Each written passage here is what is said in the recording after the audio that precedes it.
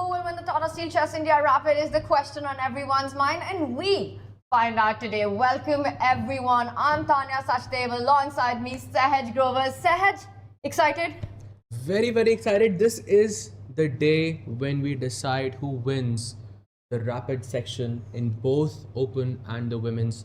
Going to be a very exciting day. 3 rounds. Anything can happen. It's Judgment Day. 3 decisive rounds coming up, and what a field we have, what a leaderboard we have. But before we get into all of that, let's reset the stage with all that happened yesterday. From the moment the players arrived, Sahaj, you could feel the tension at the Dhonodhanyo auditorium, and then so much drama on and off the board. Speaking of drama, there has been, I don't think we can say Tata Steel India Rapid and Blitz without drama. And yesterday we did see a lot of drama, and we'll get to that very, very soon. But yes, I think it's in these 3 rounds, we have 3 players who are right at the top, and anything is possible, Tanya. Anything is possible. And speaking of right at the top, that man who you saw walking in, these are visuals from yesterday, is one of them, including Nihal Sarin as well. That's in our Open. We had fighting chess in the Open in the women's section. The women's section ended with one leader at the top, an up and down day for some. But I think, Sahaj, it was all at the end. It was all eyes on that Wesley Pragg board. And what an interesting story it was, because Pragg had 1 second on the clock. He paused the clock, tried to promote his queen, and Wesley, I think, could have played on, could have gone for the win, but then he offered a draw.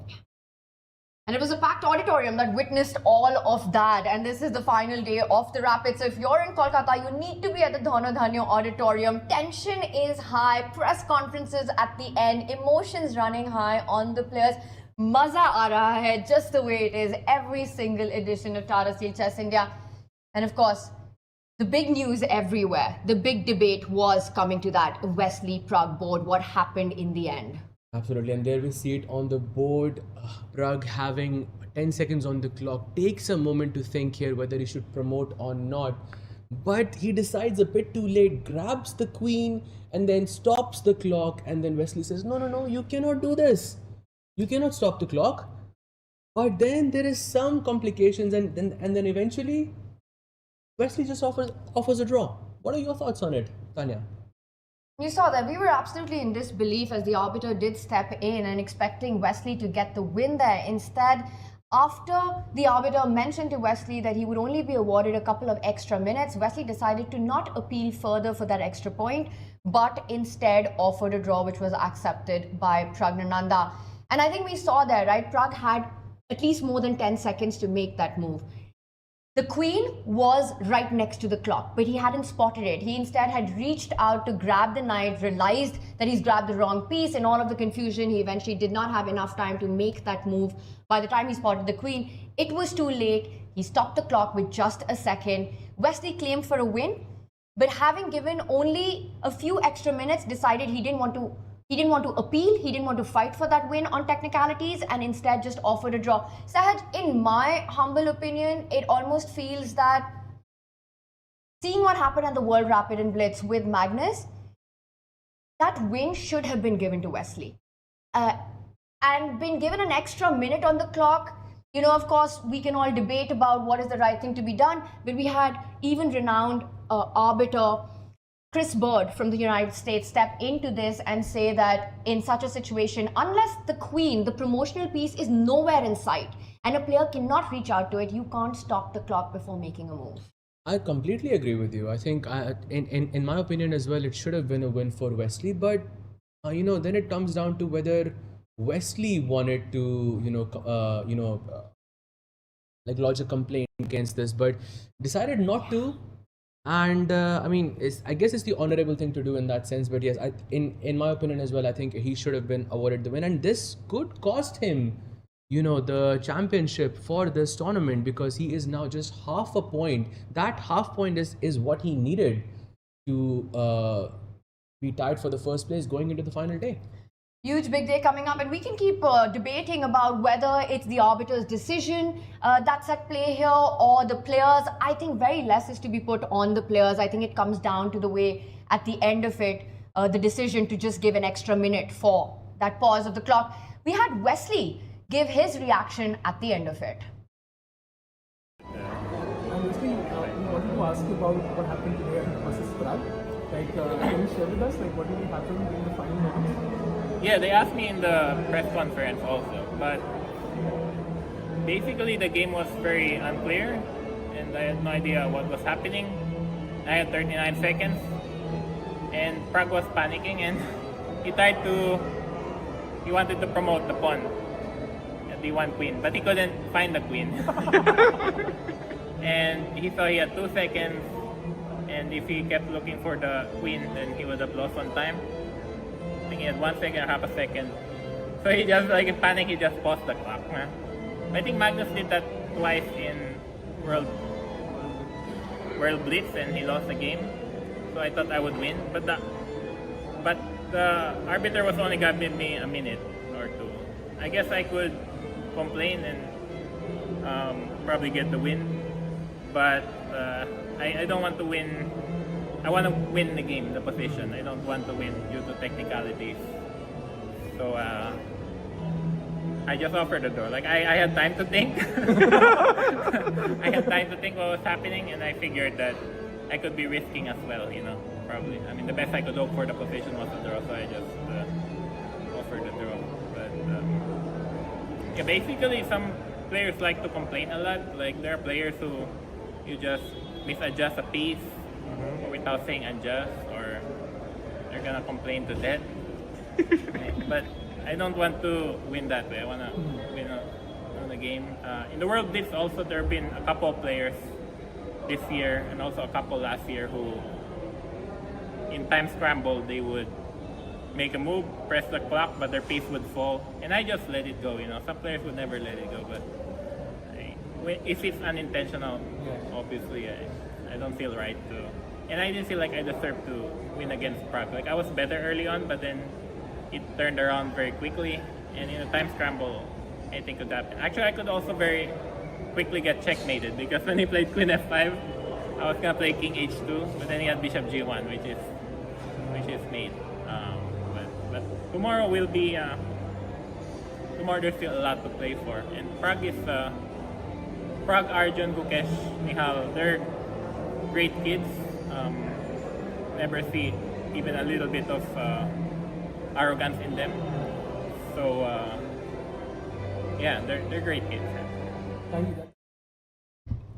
And the big question will be, what will be the price of that sportsmanship right there by Wesley, his decision to not appeal? He's currently half a point behind the leaders, Vishy and Nihal. Today, we get answers to all that question. And there we are, live from the Dhonadhanya Auditorium. The players, Sahaj, are ready to go. And this is the final day of Rapid. Tension at its peak. Absolutely, and you can see that with Arjun and Wesley on the board right now. Both of these players know that if they want to stay in the lead, they have to win this match. So it's going to be a very, very exciting match. Let's see what happens. Who's your pick here, Anya? Well, the matchup that we have in front of us, it's so meaningful for our leaderboard and our standings. Arjun, after a disastrous day one, he breathes fresh life into his campaign here with what we saw in action yesterday. 2 wins and a draw. It sees him in the chase for the championship here, as well as Wesley. He starts with the black pieces. Both players half a point behind here. Right behind them is also Vidit and Vishy. A huge clash that one is. So many pairings to keep our eyes on, and maybe we can just have the matchups on our screen really quickly to see what's in store for us. What stands out to you, Sahaj, as the big ones? I think it has to come down to the tournament leaders, which is Nihal and Vishy. I think both of them on 4.5 points, and I believe these two games are going to be very, very important. But let's not forget Wesley, just half a point behind everybody else. And of course, Arjun, who's on 3.5 right now, needs to score at least 2 wins in a row to get back into the lead.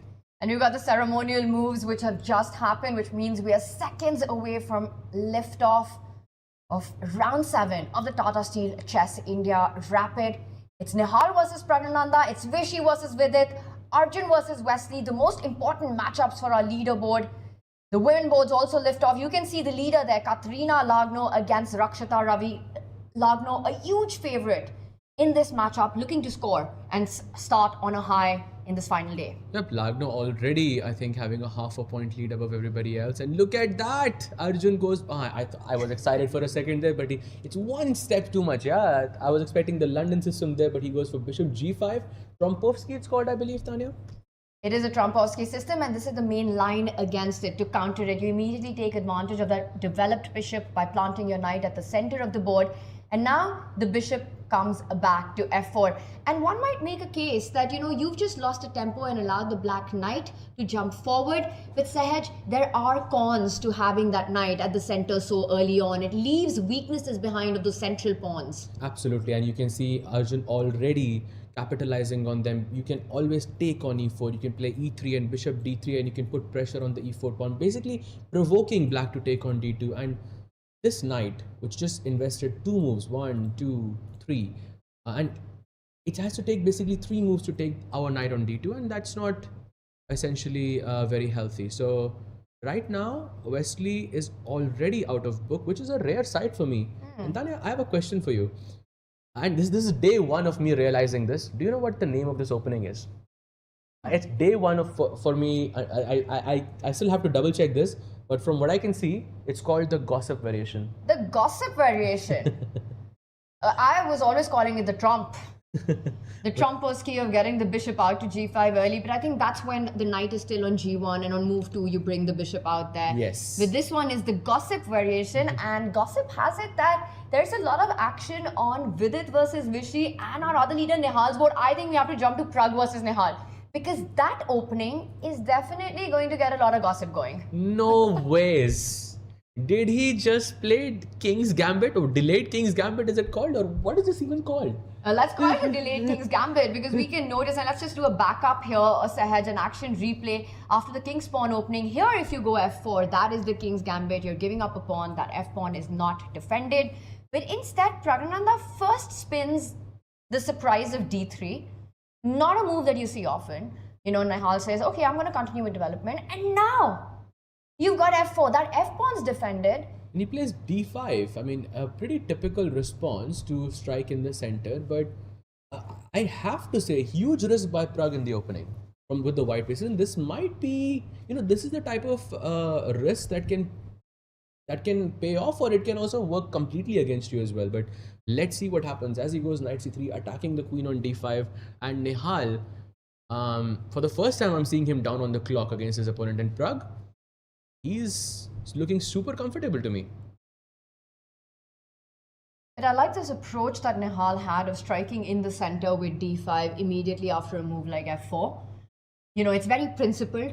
He brings the queen out, Pragg attacks it, and now he, instead of retreating, continues with development. So Nihal has actually taken out the knight, the bishop, the queen with tempos.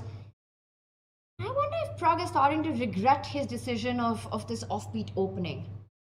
Not sure as he go. Oh wow! He goes queen e6. Best move in the position so far by Nihal. He has played perfectly despite getting surprised in the opening. And now Pragg, I'm sure, is not thinking here. He's thinking. He's probably trying to remember his lines, right? You can see his eyes were closed for a second. There goes pawn takes pawn. Pretty principled move so far. Inviting. There we see it. That was basically a provocation by Pragg there. Are you going to capture with the knight or the queen? And for the naked eye, capturing with the queen makes a lot of sense because it's a check. You're advancing your queen, you're activating your bishop.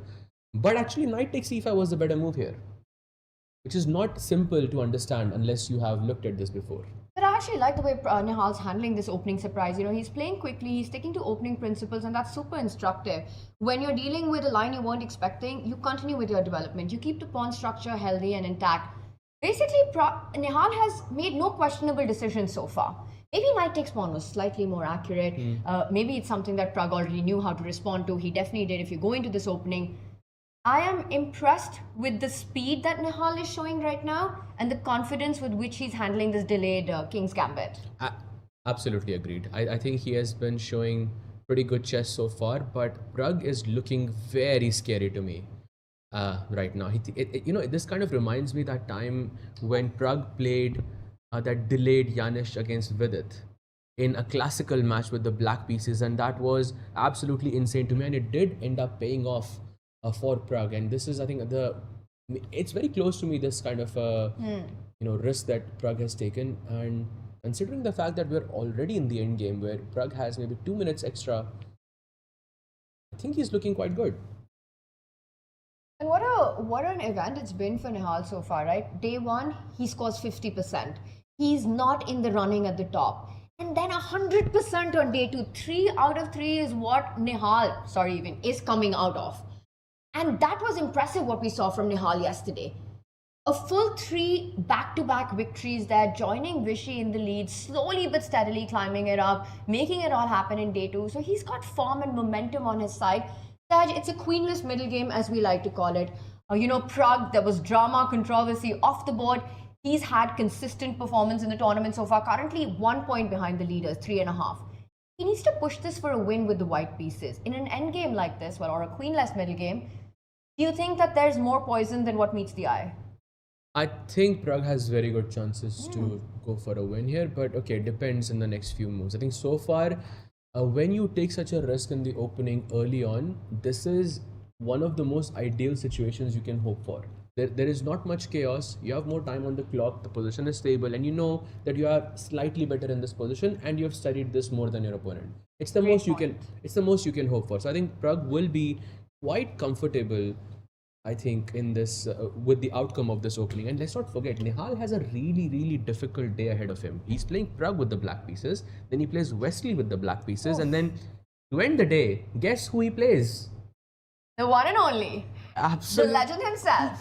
The man himself, the 5-time world champion, who he co-leads right now with. It's Vishy versus Nihal in the grand final round. That's a script you could not have written. Exactly. So a very tough day, I would say, for Nihal ahead, and playing such strong players, and let's hope he can do well. Any other game that strikes to you? Well, we speak of Nihal, so we have to go to the Vishy board. I mean, these are the two leaders right now going into round 7. Vishy, we saw him at the back of the camera, and there he is, right front and center there. The queens are on the board, and if I had to take a guess on this, it looks like, Sahaj, it's a middle game out of the open Spanish. Perfect. But right now I'm not even sure who I'm. Looking at the bar, I know Vidit's position looks a bit better. I can see the bar is a bit up there, but I'm looking at the position, not at the bar. And I'm looking at bishop takes h3. I'm looking at rook takes f3. I'm looking at knight takes f2, knight e5. All of these crazy ideas in the position. I mean, look at this bishop, the queen, the knight, the rook. So many pieces looking on the king side. This looks very, very scary for Vidit here. I think Vidit feels exactly what you're saying, because he runs forward with the knight to try to trade off that central piece. And Saj, maybe we need to show what was happening in that position, because there were tactics everywhere. Knight to g5 needed some calculation because there's a soft pawn on f2. So black could go knight takes f2 in this position, but now there is bishop takes h7 check. You move the king away, and suddenly it is white who's winning with just one move in the position.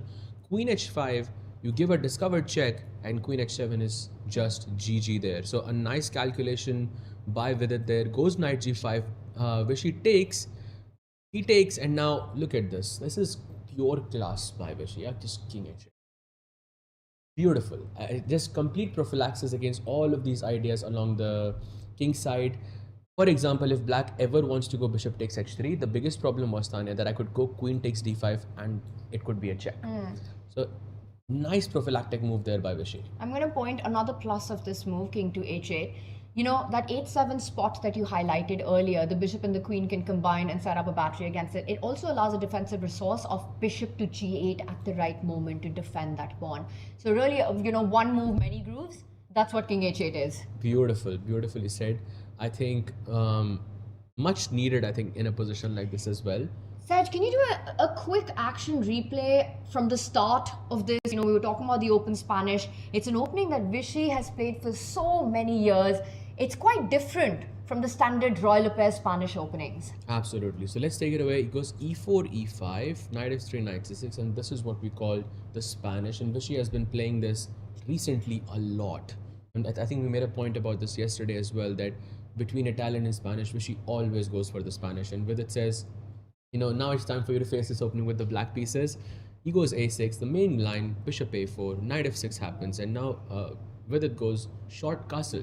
Generally speaking, a lot of modern theory has been directed towards the move d3 or knight c3, where you don't allow black to take on e4. But Vidit says, I'm comfortable if you take the pawn on e4. And the problem with this move is that and I know this from a lot of top chess players, that they just feel very uncomfortable facing knight takes e4. But a lot of players don't actually take it. But Vishy actually took it, and this is what we call the open Spanish. And Vidit was super well prepared. Goes d4, b5, bishop b3 happens, d5. So far we are in mainstream theory. He takes the pawn on e5. Black goes bishop e6, defending the pawn on d5 and developing his bishop at the same time. White plays c3, bishop e7, still mainstream theory. h3 happens. I believe this is the first side step from mainstream theory here. Vishy goes short castle, perhaps the first slight inaccuracy in the position, but still more or less fine. Goes bishop c2, queen d7 happens, maybe looking at this h3 pawn. Vidit goes knight bd2, and now the golden pawn must be pushed, so he goes f5, en passant, it's a rule, you have to take it. Black goes knight f6, rook e1, bishop d6, and I believe this is just about the moment where we came in after knight f1 and knight e4, where the position looked so dangerous for Vidit here, but he neutralized the attack very easily with knight g5. Vishy took, white took back, and now king h8, and now Vidit plays bishop to h4. And this is the current position for us. Why bishop h4, Tanya? What's the point? Is he planning bishop g3 to trade off one of the bishops, or what is his plan? Oh, and look what Vishy did. He said, you'll show me your plan with it, but I'm going to make the other move that we were talking about. Without even being provoked, he puts the bishop on g8, defending not only the h7 spot, he's lining up the idea of centralizing the rook on e8 and getting some trades going on the open e line with the hope to capture it. And I'll also point out one very thematic approach that Vishy can have. And chat, keep an eye on this move. At the right moment, go d4 if you're black here. Ooh. You want to open up that bishop on g8. You're also implying tactics with discovered check on h2. If that pawn is captured, you activate your bishop and you're playing for center activity. No, let's actually have that on the board, because I love that idea, Tanya, because after knight e3, I believe black can play d4 already. Let's ask chat. If you go pawn takes, what is black's next move, chat? I think this is a good moment. It's a good moment.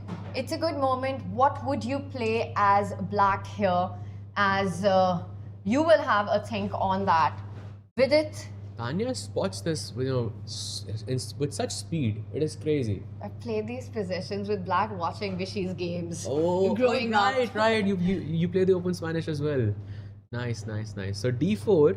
Very thematic idea, and I am sure our chat is ready and sharp. And Sahaj, show us the tactic based on ideas of a discovered check. The idea is just simply knight takes d4, because white cannot capture back on d4, as we have a discovered check with bishop h2, and next move you're taking the queen, and it is GG. So this is the idea, the main idea behind keeping the king on h8, keeping the bishop on g8. You're wanting to play d4. Vidit now goes bishop g3, and guess what, Tanya? d4 is the best move in this position.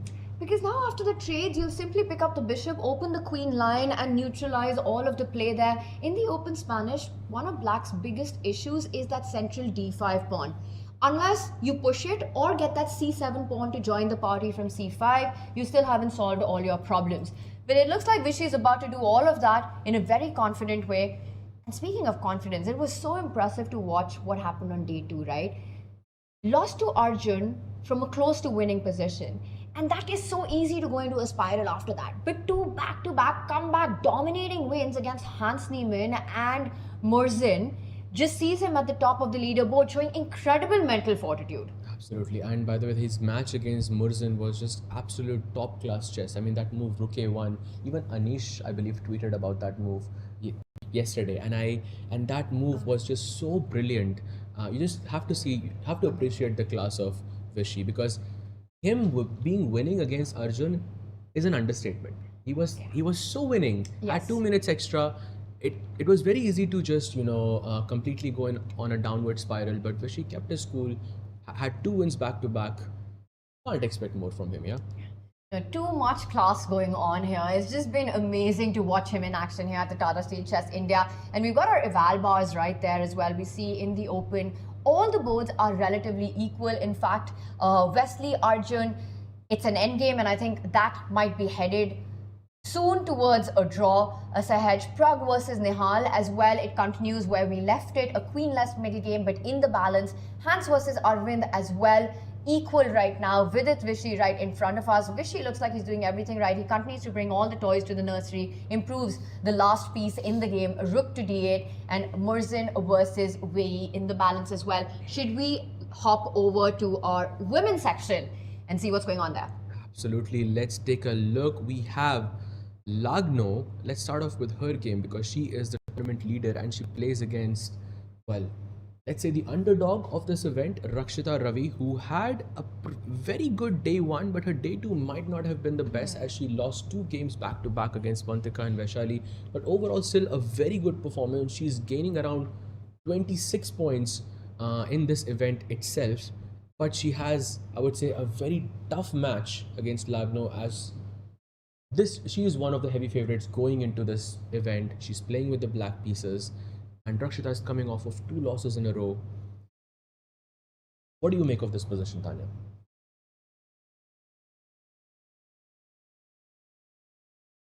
Well, I have to say, for now, it looks pretty healthy, the position for the black pieces. You know, she's managed to get that d5 break in. Rakshita has. The queen is centralized. Again, she's playing with all the pieces towards the center of the board, which makes it incredibly flexible. I don't see any problems. But you know, Lagno, like you said, is such a tricky player. She won the Tata Steel Chess India Blitz last time she was here. She's had great performances in Kolkata.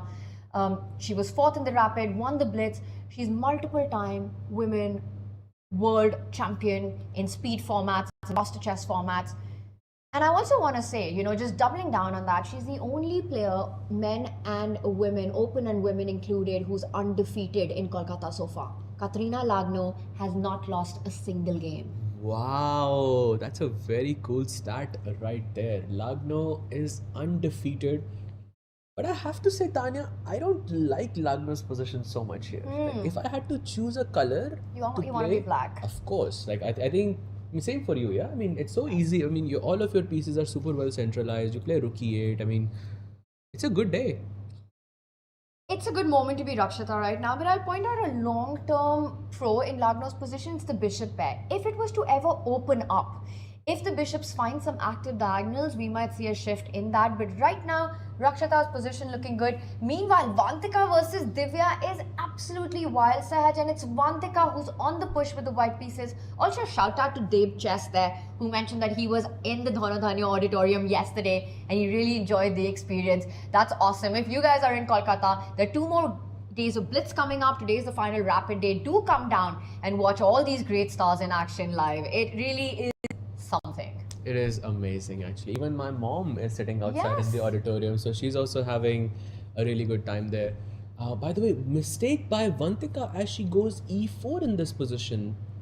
But it seems very logical to me, because Vantika just wants to push e5, bring the bishop to c4, and I still like this position for Vantika. But somehow there must be some tactical reasoning for why this is bad. And we can see from the blue arrow, Divya has to find the move knight c5, or otherwise this could turn out very, very bad for her.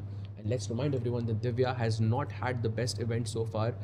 She has not won a single game. She's at the bottom of the leaderboard, so he's definitely looking for a couple of wins to finish off this event, with high spirits as she goes into the blitz format, and she plays knight c5.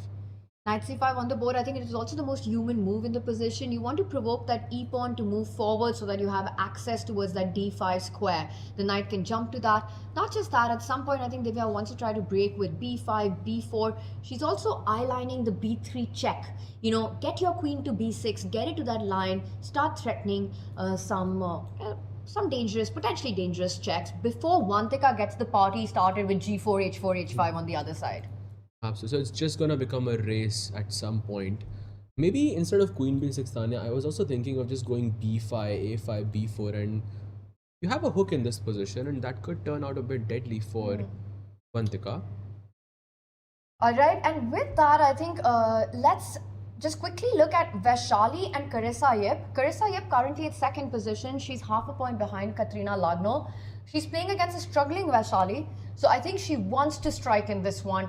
And with the black pieces, she's got a position where every single pawn, every single piece is on the board. And look what she's done on the queen side. She's completely clamped down with maximum space advantage. It looks like a King's Indian attack to me. Oh yes, I think it's a King's Indian attack. And if you asked me who is playing this opening with the white pieces, and you didn't tell me, I would say Divya, because this was Divya's like pet line, you know, when she was sort of growing up. And now I feel I don't know. The bar says that Carissa Yip is much better, but I'm just looking at these sacrifices with bishop h6, knight h6, and they look a bit scary to me. And I love that you pointed that out, because this entire King's Indian attack is sort of, it's a tale of two sides, right? Black focuses complete attention on the left flank, gains maximum space, tries to break through, while white is relying on sacrificial attack on the right flank of the board. It just feels that bishop on f8 does a beautiful job of guarding against those ideas, Sahaj. And you know, once you trade everything in that sacrifice, the queen can slide over to that f8 square and then drive your pieces back. So if Vaishali is not able to get knight takes pawn to work, she doesn't have g4, g5, just feels that Carissa might be first to that party on the left side. Nicely summarized. So maybe we can have it on the board as well. So if I was to take on h6, Tanya says after gh6, by the way, Tanya, there's a very interesting move here, g4, which could really open up the position and make it very, very interesting. But you're right, bishop h6 is not as useful because black can just take, and now the queen can jump to f8. And this is the reason why the queen on d8 is still there, because it wants to go to f8, challenge this queen, and eventually play queen g7. Has she just made a move? She has, and I think she's setting it up. You know, their idea, you briefly mentioned g4 makes things interesting, and she's lining up for it. She wants to give that knight for the h6 pawn and not trade the bishops, but start pushing the g pawn. This one's going to be a firefight. Carissa Yip currently half a point behind Kateryna Lagno. Let's go back to our men's section. There have been a lot of trades in that as Vishy Vidit goes into an endgame. And this is where we are in this position. Looks incredibly balanced to me, Sahaj. 5 pawns apiece. Vishy's bishop attacking a2 currently. That white knight, and he grabs it, allowing rook to a1 to grab the a6 pawn instead. So we might see some trades there. Or will Vidit step in with a knight to f5? I think rook a1 makes a lot of sense. It's a tempo. Yeah, played.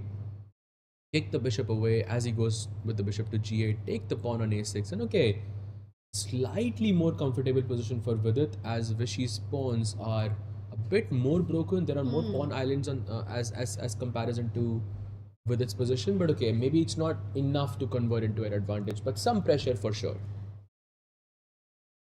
Totally agree. It's two weaknesses versus one weakness on c3. Also, white's rook are better placed to get to that weakness. Rook from a6 laterally attacking d6. Rook from e1 can slide over to d1 or b1, putting pressure. In fact, I think Vidit has some chances to really try this one. And look at this, Vishy is setting up some knight jumps. You know, once the white knight was to move away from e3, for example, let's make a move like knight f5 or knight g4, and then suddenly ideas like knight b4 come into play. Wow, super sharp. If I take the pawn on b4 and then rook takes c2, and now the f2 pawn is also under attack, so you cannot capture on d6. Nice.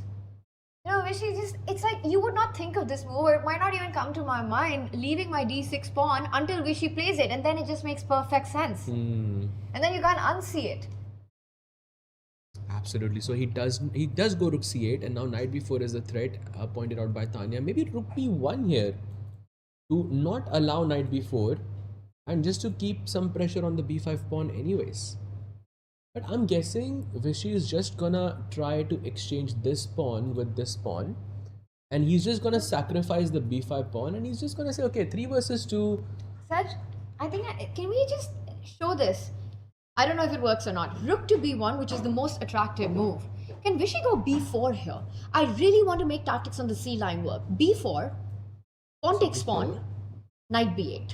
Oh, and I just realized that the bishop is defended. The knight hasn't moved from e3. You know, I was thinking the exact same thing. Doesn't work. Because we were looking at the move knight f5 Yes. and you know, it's just the mind works that way in some situations. But yeah, right now b4 is not possible, and with it goes rook b1.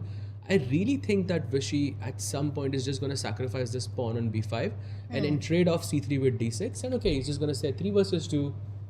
It's an end game. You can try to play for a win. You can put some pressure, but I don't think it's going to be enough. One does get the feeling that Vidit is pushing here. You know, he is coming for those pawns, and it's maybe just a little tad bit uncomfortable to be black. Absolutely. Especially when you are... Knight b8. The thing is, you might end up in a 3 versus 2. For example, if you go knight b8, you know, at least white has the option to pick up d6, to pick up b5, and then you only lose the c pawn. And then you have this 3 versus 2 dynamic. It should be holdable, but you're suffering. Yes, essentially. But now, if... I'm guessing you cannot really defend the pawn, yeah? Because you cannot move the rook, the knight hangs. How else are you supposed to defend the pawn on b5? So now it's all about how do you sacrifice the pawn. Yes, maybe knight e5, maybe knight b8. Basically opening up the c line is what perhaps is going on in Vishy's mind here. You know, I still really like the move d5 here, Tanitha, because if I go d5, you take the pawn, I play d4, you take the pawn, and this feels like a nice way to sacrifice the pawn. I'm also getting knight takes c2 in the next move. He goes knight e5, your move on the board. I think he's planning that if you take on b5, I will take on c3, and still a very equalish position, but Yes. some pressure for Vidit. He's going to be up a pawn. If Vidit wants, he can be up a pawn. It's 3 versus 2, but that stays closer to a draw territory than a Vidit win territory. Let's quickly check in with Nihal versus Pragg. You know, we left it last. The queens came off the board very early on. Lightning Kid always enlightens the board. Can't agree more with that. I mean, you know, it's not only been the result, the scoreline, what's happening on the board, but just the way Vishy has handled the clock. This entire tournament so far, playing players half his age. And I keep bringing up the age factor here because one does think that the faster speed chess formats should suit the younger players more. No, it definitely does. I mean, if you look at the top chess players in speed chess, I mean, the average age is going to be like 23, 24. And Vishy is 56 years old. more than double the age. Yeah, I mean, which is absolutely crazy to think about. The fact that he can still perform at this level against the best players in the world. You know, very interesting sort of symmetry there is that Nihal and Vishy, both of them are tournament leaders, and both of them are slightly worse in an endgame, and both of them trying to hold off their opponent's sort of attack. With the black pieces. With the black pieces as well. I think we are setting, the tournament is setting up perfectly for that final match between Nihal and Vishy, and it's going to be a lot of fun because I think it's going to go down exactly to the last round.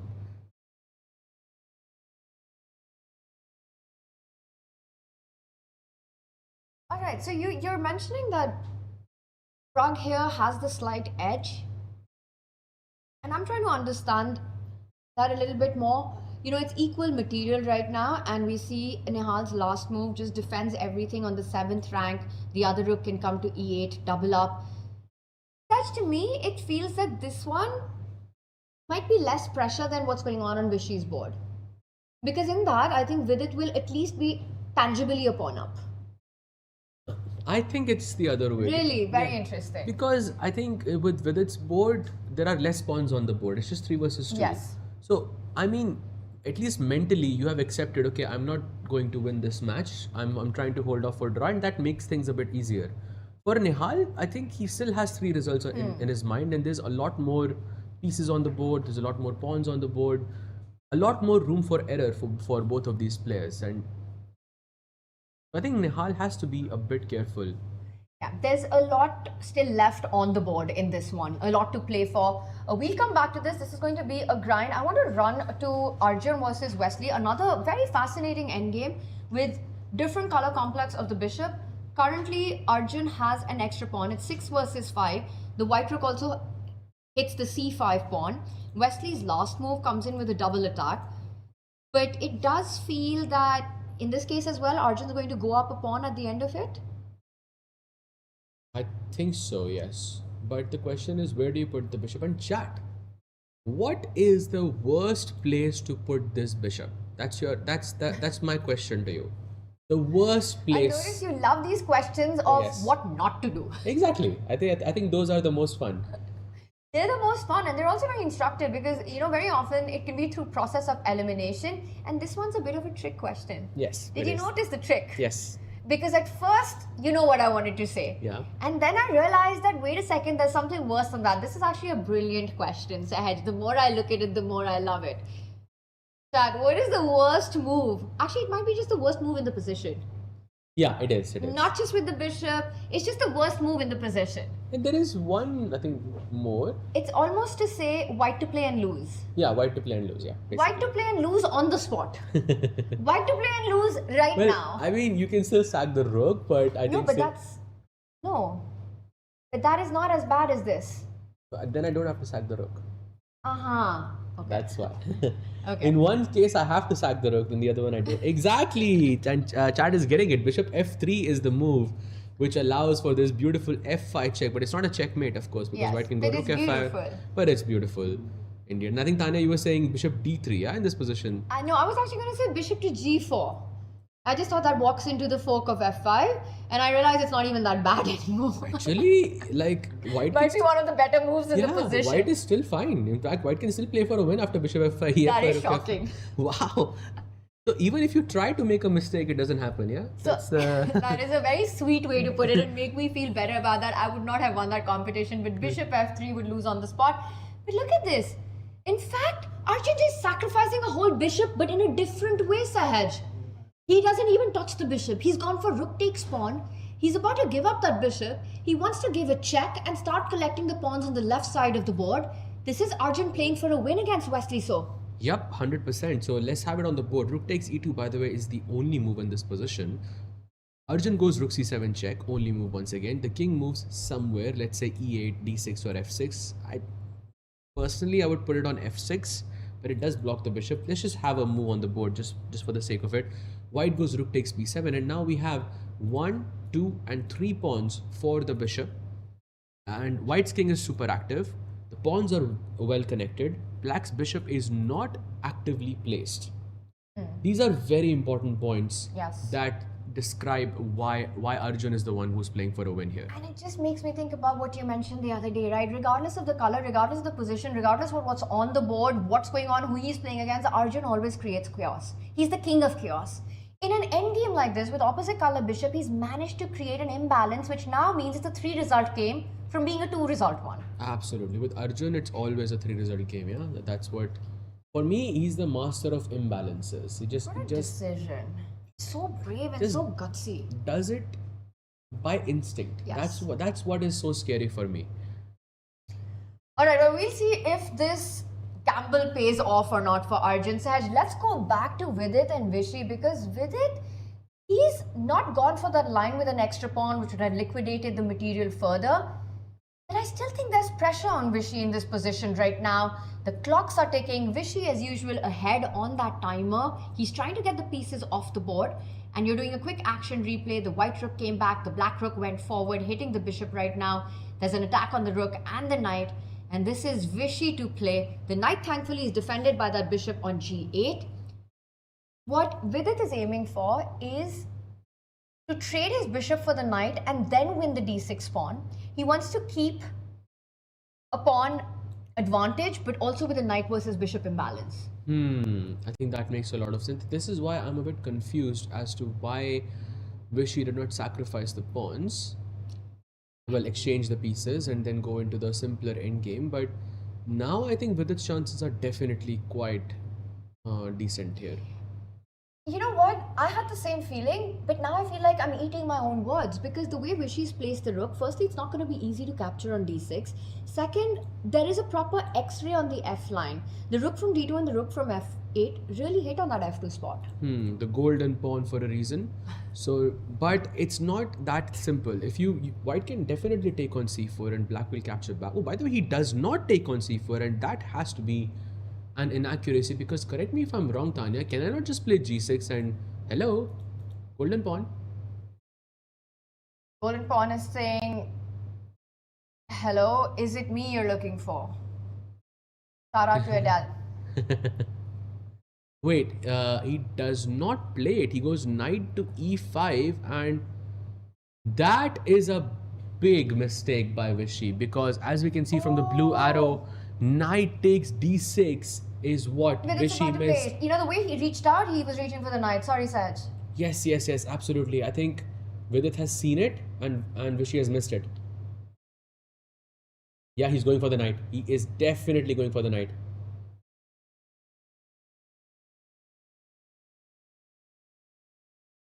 When I look at Vishy's hands, I start feeling the tension. I start feeling the nerves. They're always like calculating and fidgety, and it's just like, oh my god, what's going on in the mind of a genius? Oh, brilliancy by Vidit there. He goes knight f3 check. Now rook takes d6. I think this is Vishy kind of pretending that he saw this. But I feel, because this is what you do in a game, yeah? You don't let them see that you missed something. You never let your opponent see that you missed something. Do you think it's that, or did Vishy actually feel that this, with its pawn structure completely destroyed, it was the only move to play as well? If you're about to lose a pawn, you lose it in the best way possible. And Vishy actually thinks that this 3 versus 2 on one side, doubled f pawn, c pawn weak, he's got a good holding chance here. I mean, so I think if we look at this position, and let's try to have the other position on the board as well, and let's try to see if Vishy did this on purpose or not. So g6 was the other move, knight e3, fa3, and now we are comparing this position to this one. And here Vishy is 2 pawns down. Yes, there is a pawn, there is an outside pawn which has no opponent. I feel like this was not intentional by Vishy as he goes rook g5. And we see these amazing tweets by all of you watching here with the hashtag TSCI 2026. This is our big giveaway, Sahaj. Tell us your favorite player without telling us your favorite players. By the way, it has been amazing to see the response of this. You guys have been super creative, super funky with your answers. We will announce the winner today. Some amazing prizes coming your way. We will have a winner at the end of the day. The contest is still open. So tweet us with who is your favorite player without telling us your favorite player. Wow, and by the way, looks like the gamble has worked, because the pawn on c3 is gone. And I mean, that pawn disappears, then this 3 versus 2 is a dream 3 versus 2 for Vishy. Oh yes, of course. I mean, you could, initially the pawn was on g2, but now with these double pawns, there is basically no way that he can go for it. And I'm very curious to see what Vidit actually missed here, because this is huge oversight. Now, you know, you can even tell from Vishy's body language, he knows everything is under control in this position. He's calm, Vidit trying to see how can he keep maximum chances, reaching for that bishop. He can place it anywhere. c4 doesn't work as well. It's 3 versus 2 when it comes to the attackers and defenders. He puts it on d3, and Vishy there trades the rooks off. Do you think Vidit plays this on, or will he offer a draw? I think Vishy just offered a draw and Vidit did not accept it. Oh, do you see that? I think Vishy did just offer a draw, yeah. I saw it. He was looking at him. Okay. Could be wrong though, but Vidit, okay, for Vidit it's a risk-free position, but I think it's for Vishy also it's a risk-free position. Look at the amazing speed with which Vishy is playing. I mean, for me, that has been just incredible to watch.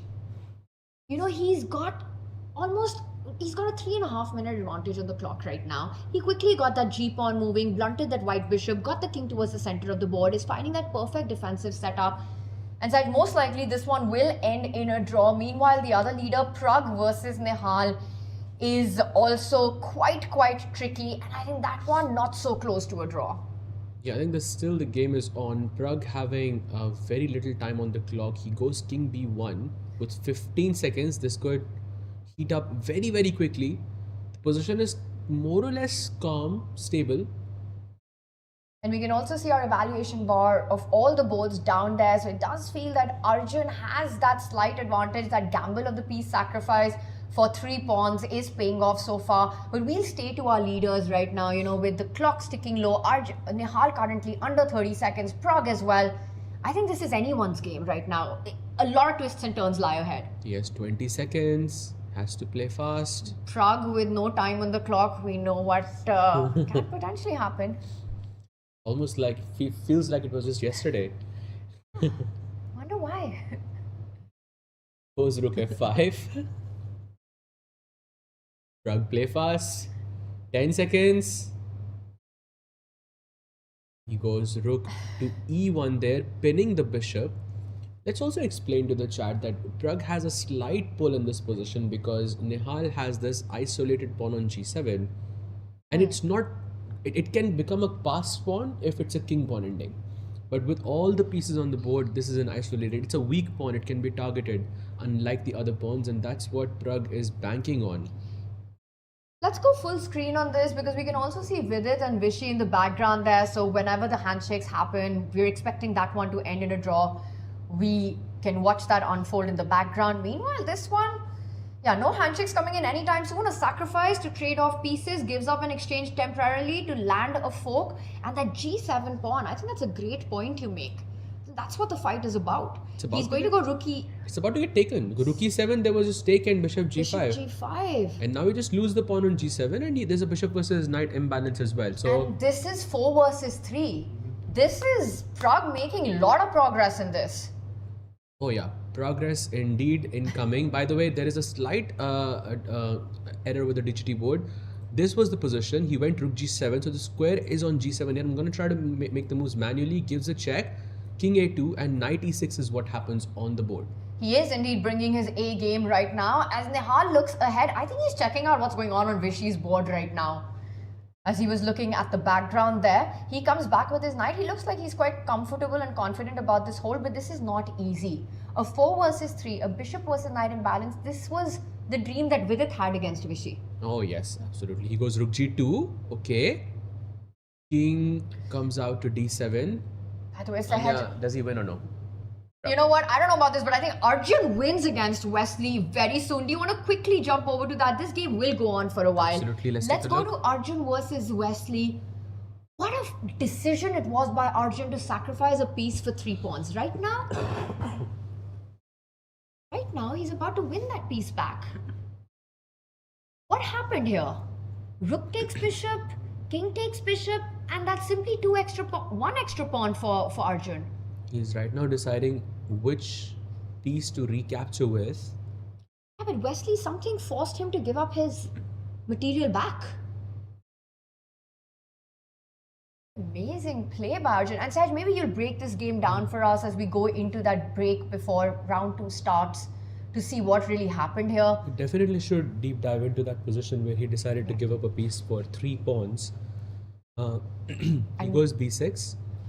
And now Arjun just pushing through. He's about to bag the victory in this one. Sahaj, let's go back to Vidit versus Vishy. And there in the back we see Vishy. I think he once again gave the look, this 3 versus 2. And there we have it just on this moment. Vidit exhausting all resources there. And in the end, smiles. I think a fair result. Vidit was putting a little bit of pressure, but Vishy strong defenses there. Absolutely. Never out of hand. And look at the time, 6 minutes on the clock when the match finishes. I mean, you cannot make this stuff up for Vishy, playing super quickly. And let's go on to Arjun versus Wesley because Arjun is about to finish his match. He could potentially join the leaders. Wait, that was a mistake by Arjun, and now e5 brings Wesley back into the game.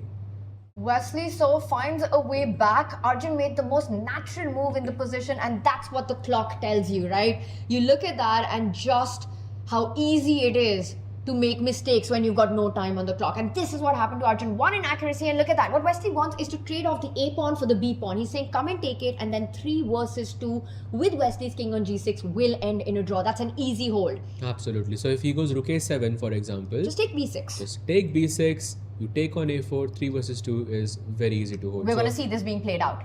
And there was nothing to be done because Wesley was coming A3, A2. He captures, and 3 versus 2. This will be held to a draw. Sahaj, what is still not an easy hold is Nihal, our other co-leader at the start of this round right now, in a struggling position against Pragg, but still within holdable realms.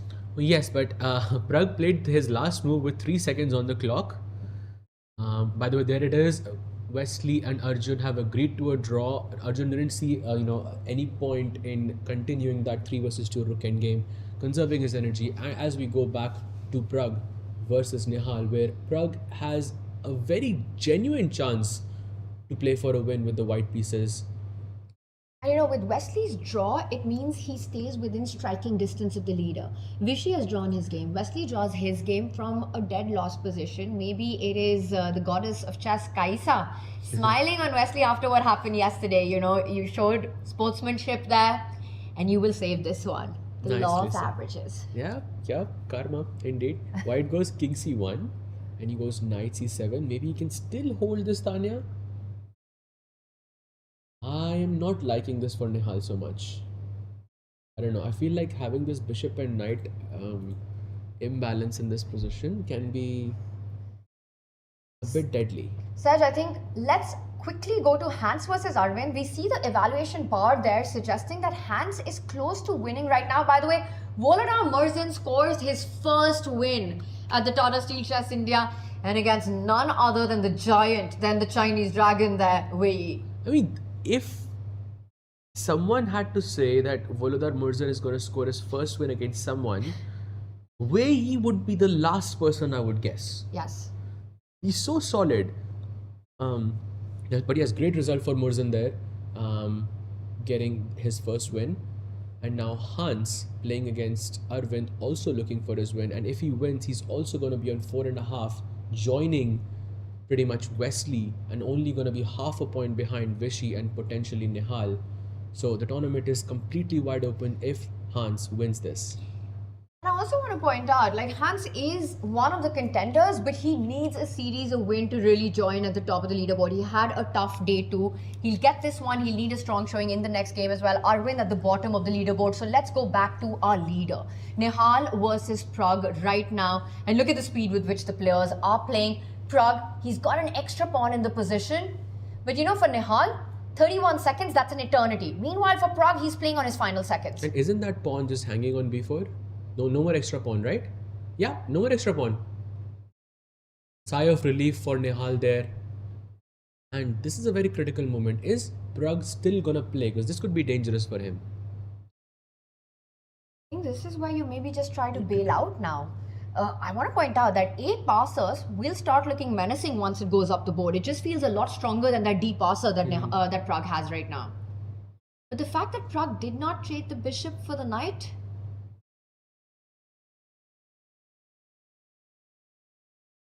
I think he's still trying to play for a win, but not so simple. And I want to point out, bishop takes knight, rook takes bishop. C4 was potentially just an immediate handshake there. But Pragg hasn't accepted that it's a draw yet. Yes. That's where it gets a bit tricky, Tanya, because now this is where you can make a very, very big mistake, because mentally you haven't accepted the situation yet. But let's see how he continues. Plays knight c6. You see, already I'm starting to like Nihal's position way more here. And meanwhile, Hans Niemann does convert that endgame flawlessly. Great technique there, gets a win, makes a case for his chase in his campaign here. Let's head back straight to Nihal versus Pragg. And the leaderboard going into the penultimate round now depends on this one. What's going to happen right at the top? Will there be a shared first place going into the penultimate round? If Nihal wins, he takes sole lead. And the fact that there's a knight-bishop imbalance, Sahaj, I still think that this is not a given draw as long as the bishops and the knights are on the board. It's not a given draw, but who are you taking here? Because I somehow feel that if white overpresses here, it can go really bad for him. Because all I need to do is get my king out of the back rank. So knight d7, bring the king forward, start pushing my pawns, and suddenly I like Nihal's position more. Like Tanya, if I played a careless move like d4, knight c4 check, and suddenly Nihal could be winning as well. And that's the thing, knights are super tricky pieces, right? Especially with pawns on only one flank of the board.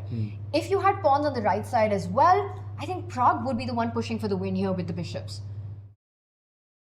Rook takes rook is an immediate handshake. Look at that, Pragg is playing for more. He wants more from this position. He's fighting it out. But that's how you win games, Sahaj. With this time control, it's 15 minutes they start with a 10-second increment.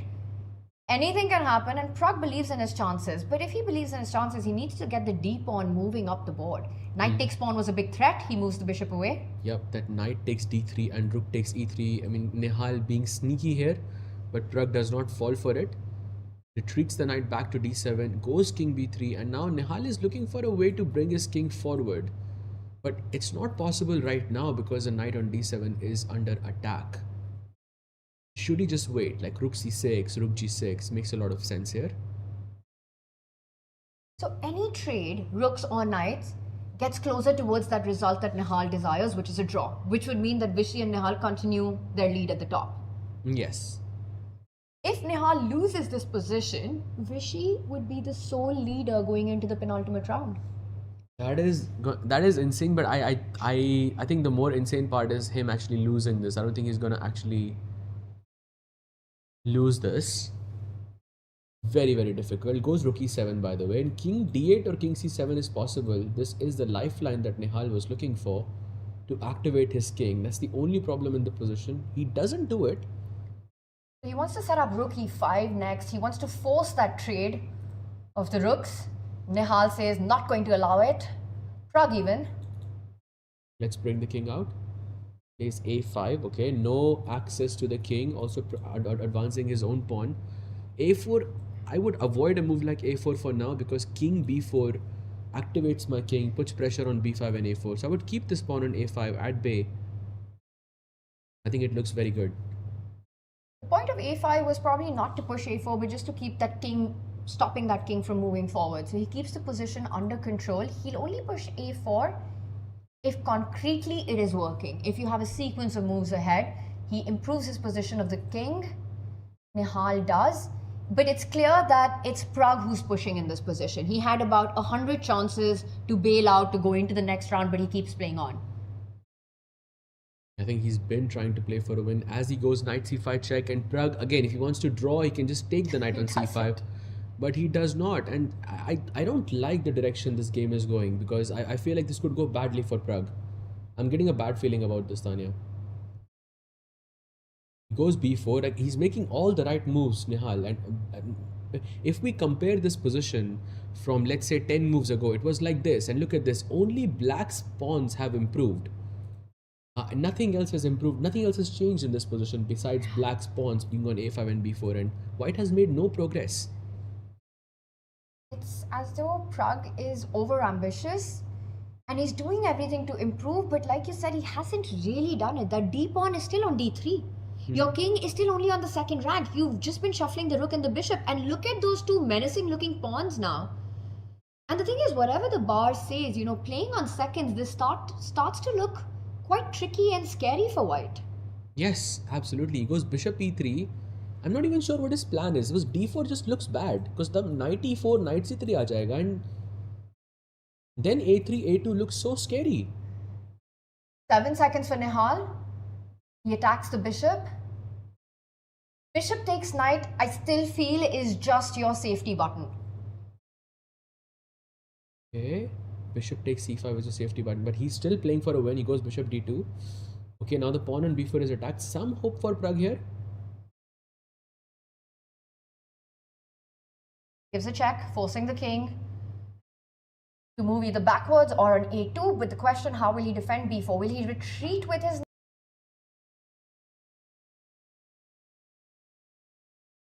Because if he moves king a2, Tanya, I have rook e2 just, Yes. and rook c2 check is... He's done it. King a2. Let's see what happens. The rook e2 is the move that you're advocating for. Makes a lot of sense. But then it's a 2 versus... It's at least an extra pawn for white. It goes b3 check. Oh, wait. Is that... He's takes? just forcing matters. Takes and you go rook e2. If pawn takes pawn, rook e2, and you're winning the piece. Are we seeing rook knight versus rook, and it is Pragg who has to defend this now? No, he doesn't go for that. He takes with the other pawn on a3. The king comes back. He doesn't allow that pin on d2, which would have lost the bishop.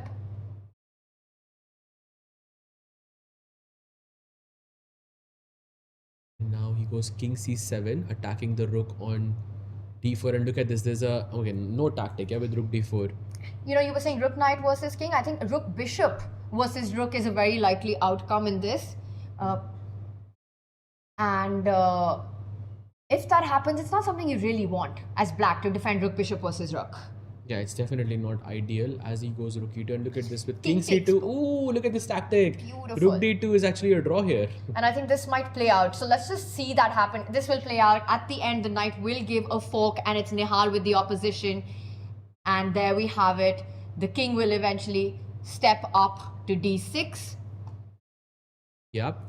Takes. And now king d6. And we have a proper opposition on the board. And they'll play till that stalemate position or look at each other and shake hands. I'm going to predict the stalemate position at the end. Actually, it's a king versus king. He just gives up the pawn. But what a forced sequence of moves there by Nihal at the end. Really nice way of pulling the brakes and finishing things off to stay at the top with Vishy. Nice save there by Nihal. He kept his cool despite the pressure from Pragg. I think, for me, I think Nihal looks fantastic. And for Pragg, he has a difficult road ahead of him. He's playing Vishy now, and then he plays Wei Yi. So he has to score 2 wins to be in the contention for the lead. Not going to be easy. But you know, it's two more games to go. It's only a half a point difference that is separating most players. So it's still quite a field wide open. Look at that. You got in the open Vishy Nihal at 5 out of 7.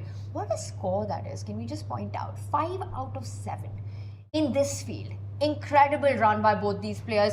And what a story, right? Vishy being the oldest in the field. Let's have back on our screen. Vishy being the oldest in the screen. Vishy being the oldest in the field, and Nihal Sarin, a last minute replacement here for Gukesh at the top. And then you've got Wesley and Hans at 4.5 apiece. That's just a half a point difference there. So definitely in contention. Then you've got 2 more players. The Indian duo of Arjun and Pragg, half a point behind them. Saj, I'm going to say that, you know, the top 6, all within striking distance here. It's 2 rounds remaining. Anything can happen between these top 6. I think also really depends on who they're playing against, because the matches are really, really important. For Pragg, I think it's very, very difficult because you have, as we mentioned, he's playing against a tournament leader, Vishy, and then he plays against Wei Yi as well. So that's not going to be easy. However, in the women's section, if we can have those standings as well. Yeah, let's have the standings back on our screen. Look at that. Lagno is already a 1.5 ahead of the entire field. I mean, that is her running away with it. That is incredible. And that was because she won her last game, Sahaj, and she won it in dominating style. And then 1.5 points ahead with only 2 rounds remaining. You know, a draw at least guarantees a playoff for her. And that is an incredible performance. And Lagno has always been so impressive in Kolkata. And 1.5 points ahead of Nana and Carissa Yip right there. And the thing is that Carissa Yip, from a dominating position, went down to Vaishali in that last round. And in fact, Saj, that's the game that I want you to review along with Arjun's game. Because that's the reason we're seeing the standing shape up the way it is. So while on one side you got Lagno running away with the rapid potion, the open is completely open. The open is just complete. I think it's just going to go to it might even go to tie breaks, but we'll have to see, what happens there as we pull up the game. Wow. That's a checkmate incoming Shall we take a look at this game? Because that's the one I was saying. Like Vaishali versus Carissa is what I want you to take us through, because I saw that last position. We were looking at this. I believe we were checking it out, and it was King's Indian attack, and I believe it came from a different move order. Usually you start with e4, but okay, this is also a pretty nice move order. You get e4 eventually. Black plays knight c6, and usually you play e5 and then h4, and then you try to attack on the king side. But she takes her time. She goes rook e1, queen c7, plays e5. She attacks the pawn on e5 here. Queen e2 to defend this. b5, knight f1. Very typical move in these positions. You want to play h4, bring the knight to h2, bring the knight to g4, and eventually you sack something on h6, like we were mentioning a bit earlier. Black plays bishop b7, she goes h4, rook c8, h5, h6. Usually you don't want to allow the move h6 from the white side, as it can prove deadly in the long run, as black's king on g8 is going to remain unsafe for a very, very long time. So Carissa Yip plays h6 in this position. Vaishali goes bishop f4, black plays a5, knight h2, queen d8. And I just want to point out that so far Carissa has done everything right. Yeah. She has not made a single mistake. She's the rook on c8, the queen on d8, everything shows that she knows this position really, really well. Practically, it's still very hard to convert afterwards as well. As we will see, white goes queen d2, b4. Again, very typical knight g4, bishop f8, preparing for this knight h6 type of ideas. King h2 happens, a4, bishop h3, a3. I mean, such precision. She's playing with. White goes b3, and now she goes rook a6. Beautiful move, sort of keeping an eye on this rank, keeping an eye on the e6 square. Maybe you want to play knight d4 at some point, and maybe the rook can go to c6 to attack the c2 pawn, provided that you take on d4. White goes rook g1, and this is where we left the game, where it was a bit confusing, but very difficult for Vaishali to sort of convert. And look at the time difference as well. 11 minutes for Carissa, 4 minutes for Vaishali. Everything is going wrong for her, but it's just that h6 pawn, that king safety, that's going to prove deadly for Carissa here. And you could almost, in fact, until the last move, divide the board into two halves, right? You had all of Carissa's pieces on the left flank, so Vaishali, sensing her opportunity on the right side with the king alone, goes for a killer attack. And look at this, she was actually offering a repetition in this position, and Vaishali says no. And now knight d4, she plays the best move. Look at the setup that Vaishali's taken. How impressive is that? A rook on g1, a rook on f1, all just preempting and getting ready for those sacks that are eventually going to deliver checkmate. Absolutely. And look at the way, the knight has moved as well from this position. Look, knight e7, knight c6, knight d4, and knight f5. So many moves with the knights here. She goes rook c6, bishop f2. I want to point out that even if, objectively, the evaluation is that black is doing well, from a human perspective and a human sentiment, you see all your pieces, your opponent's pieces coming towards your king on the other side. It's very terrifying. You need a lot of time on the clock to prove that your position's healthy as black here. Yes, for sure. And it's not easy because so many breaks are possible, the c4, d4, and you always have to keep an eye on the h6 pawn. And by the way, this is probably where she made the mistake with knight b5, and now knight h6 was possible, but she goes f5, just launching an attack. And here Carissa made a huge blunder with queen g5, missing bishop e3. I'm guessing she missed bishop e3 altogether, because if you go queen h5 here, there is not knight f6 check, because knight f6 check would allow knight takes f6 and the knight defends, but instead we have knight takes h6 check, and the queen on h5 just falls. So a big blunder by Carissa here. And I think it's possible as well. Black plays queen d8. Now you go f6. She goes knight c3. And queen goes here. I mean, such a perfect position for Vaishali, Just sacks everything on the h6 pawn. Let's see how she actually finished this off, because she's really placed the pieces so well, then continued to open up the f line, has planted a pawn on f6. The knight comes in, could not have been taken because queen takes pawn was game over there. She didn't even really need to sacrifice any piece. That's how beautifully flawless her attack was engineered. And this last move, queen to g8, that's checkmate. You take the knight on h6, queen takes bishop, queen g7, the kiss of death, checkmate. This was game over. Quite a masterclass on attack. I think this, if anybody wants to learn King's Indian attack, I think they should definitely use this game as one of the model games that you can sort of reference. I think a beautiful game by Vaishali here, showing that the bar doesn't tell the whole story. It really doesn't, especially when you have faster speed chess formats with rapid time controls. And with that win, Carissa is now 1.5 points behind Kateryna Lagno, who won her game in convincing manner against Rakshitta Ravi. I want us to go through one more game set before the penultimate round starts, which is Hans versus Arvind. We were focused on the leaders at that time. For Arvind, it's been a struggle, the tournament. He's been at the bottom of it. But Hans, I think he really took advantage of it. He never really gave Arvind the chance, and there was a flawless technique at the end. But let's take it from the top and see how Hans did it. I think let's do it. So we have another Sicilian on the board played by Arvind. By the way, Arvind having not the best tournament. He's on 1 out of 7 so far. 2 draws he has made and the rest were losses. So wishing the best recovery for him there. White goes d4, takes, and we have the classical Sicilian. Hans goes bishop g5, e6, queen d2. So far we are in mainstream theory. Long castle happens and bishop d7. And now white has these 2 moves, f3 and f4 possible. Hans opts for the f3, historically the more aggressive option of the 2. He takes on d4, queen takes d4, and black plays bishop c6. And now king b1, h6, and you bring the bishop back to e3. Basically, the point is that black can never castle on the short side because you have these g4, h4, g5 ideas, and this pawn on h6 acts as a hook. And d5, the only move in the position played by Arvind, takes the pawn, takes knight d5, queen d5, and bishop d5. And basically, we're in the endgame very early on, and Arvind having more time on the clock. Two rooks, two bishops each. And somehow Hans outplayed him here. Goes c4, bishop c6, bishop d3, plays h5. Beautiful move, I think, by Arvind, trying to clamp down the king side structure.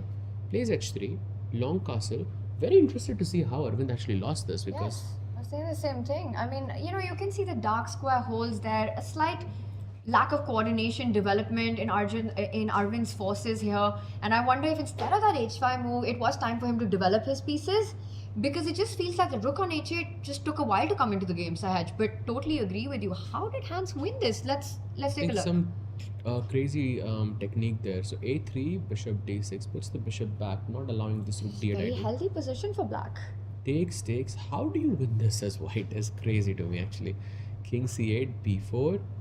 Black plays b5, and by the way, c5 looks very logical to the naked eye, but it's actually not the best move in this position. Apparently, you're supposed to go cb5, but Hans sees beyond the bar. He says, let's take the risk. Let's play c5. Goes rook d8, rook d1, bishop d5. Still very curious. Not clear at all how he's winning here. Maybe must be a blunder by Arvind there. By the way, bishop takes g7 is not possible because there's rook g8 and rook g2, and it is black who would be leading the charge in this position. White goes bishop d3 and bishop f4 happens. King b2 happens and f5 pushing it's still level. The position's still level. If anything, it looks like it's Arvind who's getting ambitious. Exactly. He goes a4, breaking on the queen side, and now, okay, some chances. You can put the rook on a1, play rook a6 check. Some hope there. And Arvind goes bishop c4, the best move again.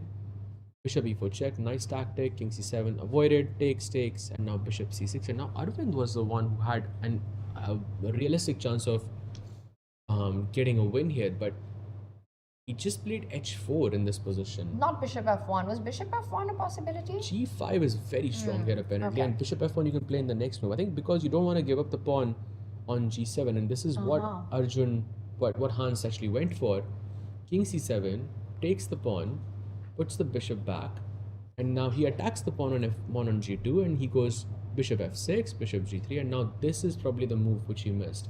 And now it looks like Hans has a very realistic shot of winning this position. He takes the pawn on f4, bishop h4, takes the pawn on g2, takes the pawn on b5, takes the pawn on h3. Like you can see, a very interesting imbalance has arisen in the double bishop endgame, where Hans's pawns are slightly more advanced in comparison to Arvind, and this is what he capitalized on. Goes bishop c4, goes bishop d5, trying to set up this pawn with b5 and b6. Black plays bishop f1, not allowing b5. Pushes the king forward, bishop e7, plays king a4, and now finally we have b5 and b6 check in coming, and look at this conversion towards the end.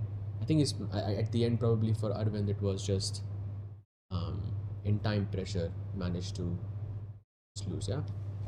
The double bishop, nothing to be done there, and with that, Hans Niemann keeps his hopes alive of a podium finish. Let's bring up our standings because this is how it shaped up at the end of it, and we're about to start a very, very crucial penultimate round here. Only 2 games remain in the Rapid, and Sahaj, in both the Open and the Women's section in round 7, we had only 2 wins in each of these sides, and both wins were with the white pieces.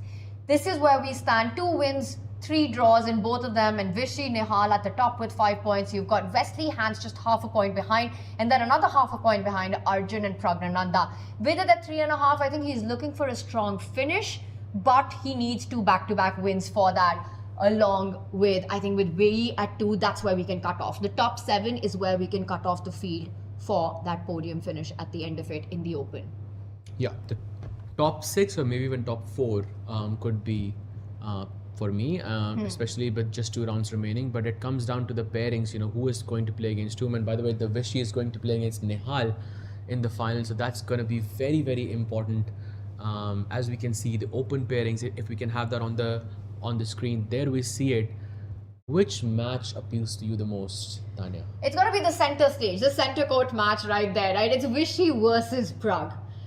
And that is absolutely mouth-watering given what the standings are, given what's at stake right now, the form that the two players are in currently. For Praggnanandhaa, who's at 4 points, a win against Vishy puts him in the race. Puts him in the race right at the top in that final round. That's how our standings are. Let's have the pairings back on the screen as we discuss this. And it's not just that. You've got Nihal playing a player who is incredibly hard to beat. You know, Wesley, he's looking for those opportunities to punish his opponent, the chance that he gets. But for Nihal, if he has to continue his run, he needs a good result here. So I think those two pairings are going to be our marquee matchup. And Arjun versus Hans. How do you even make a pick in this one of the most critical round? I mean, I'm going with Arjun because I think he plays with the white pieces, and I mean, but it's very difficult for him to be a tournament leader. Yes. Simply because he's 1 point away. So if he does manage to get at the top, he's going to have a tie break at the end. But yeah, it's going to be a chaotic match for sure. And these are the two players first to arrive as well. For Hans Niemann, he's only half a point behind the leader, so a big one. This is one game we will be checking in with it regularly along with Vishy and Nihal's battle. Huge fights coming here. Wesley So as well, just half a point behind on the leaderboard. And let's bring up our women's pairing, just seconds away from the penultimate round to kick off. And Saj, this is a huge one as well, because we've got Carissa Yip taking on Kateryna Lagno. That is the marquee matchup in the women's section. Anyone can catch up, it's Carissa. She's a point and a half behind. She needs only one result, and that's a win against Lagno. So basically, if Lagno can hold off Carissa Yip, she would win this tournament round to spare, essentially. There is Nana as well, who's on 4 points, 1.5 points ahead, so she's playing against Vantika. But more or less, it would seal the deal for her, right?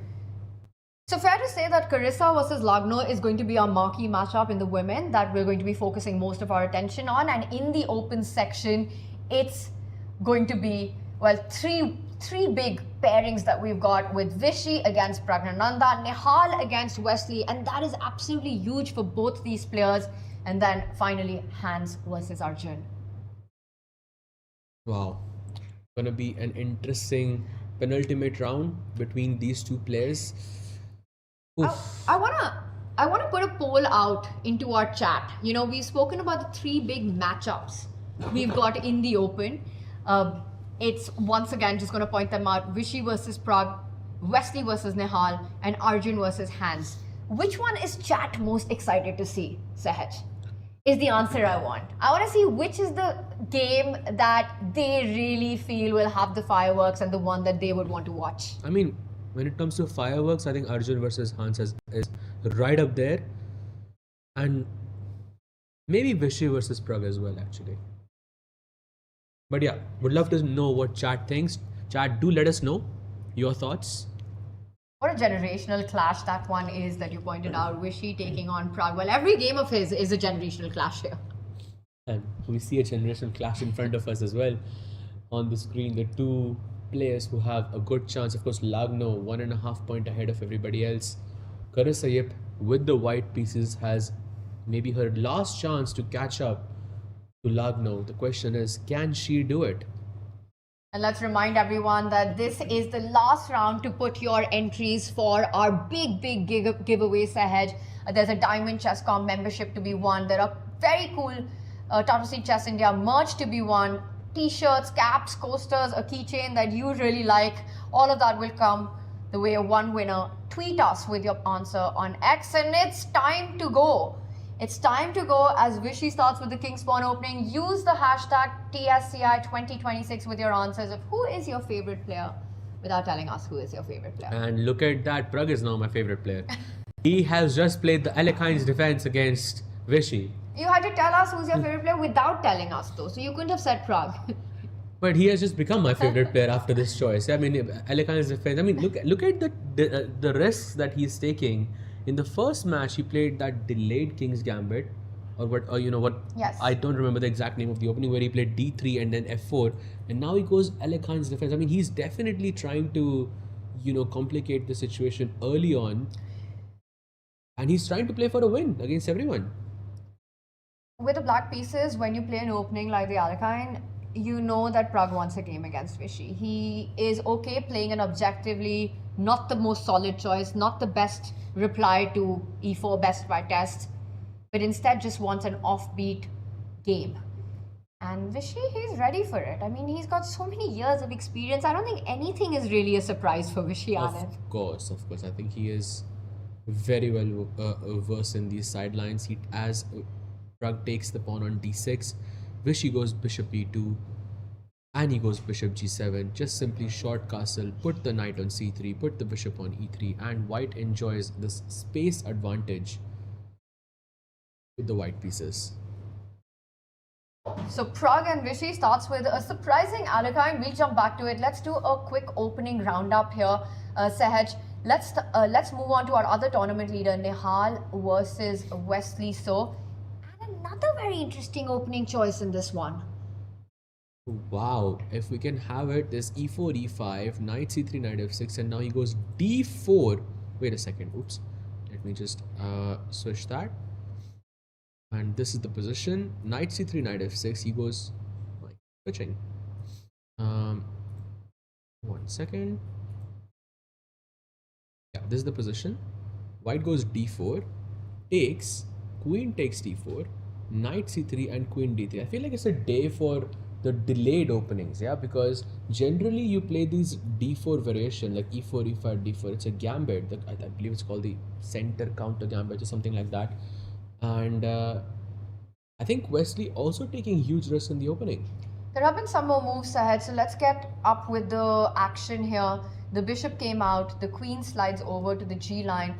Queen is attacking the pawn, and I don't know how safe it is to castle with ideas at bishop h6, but possibly still on the cards.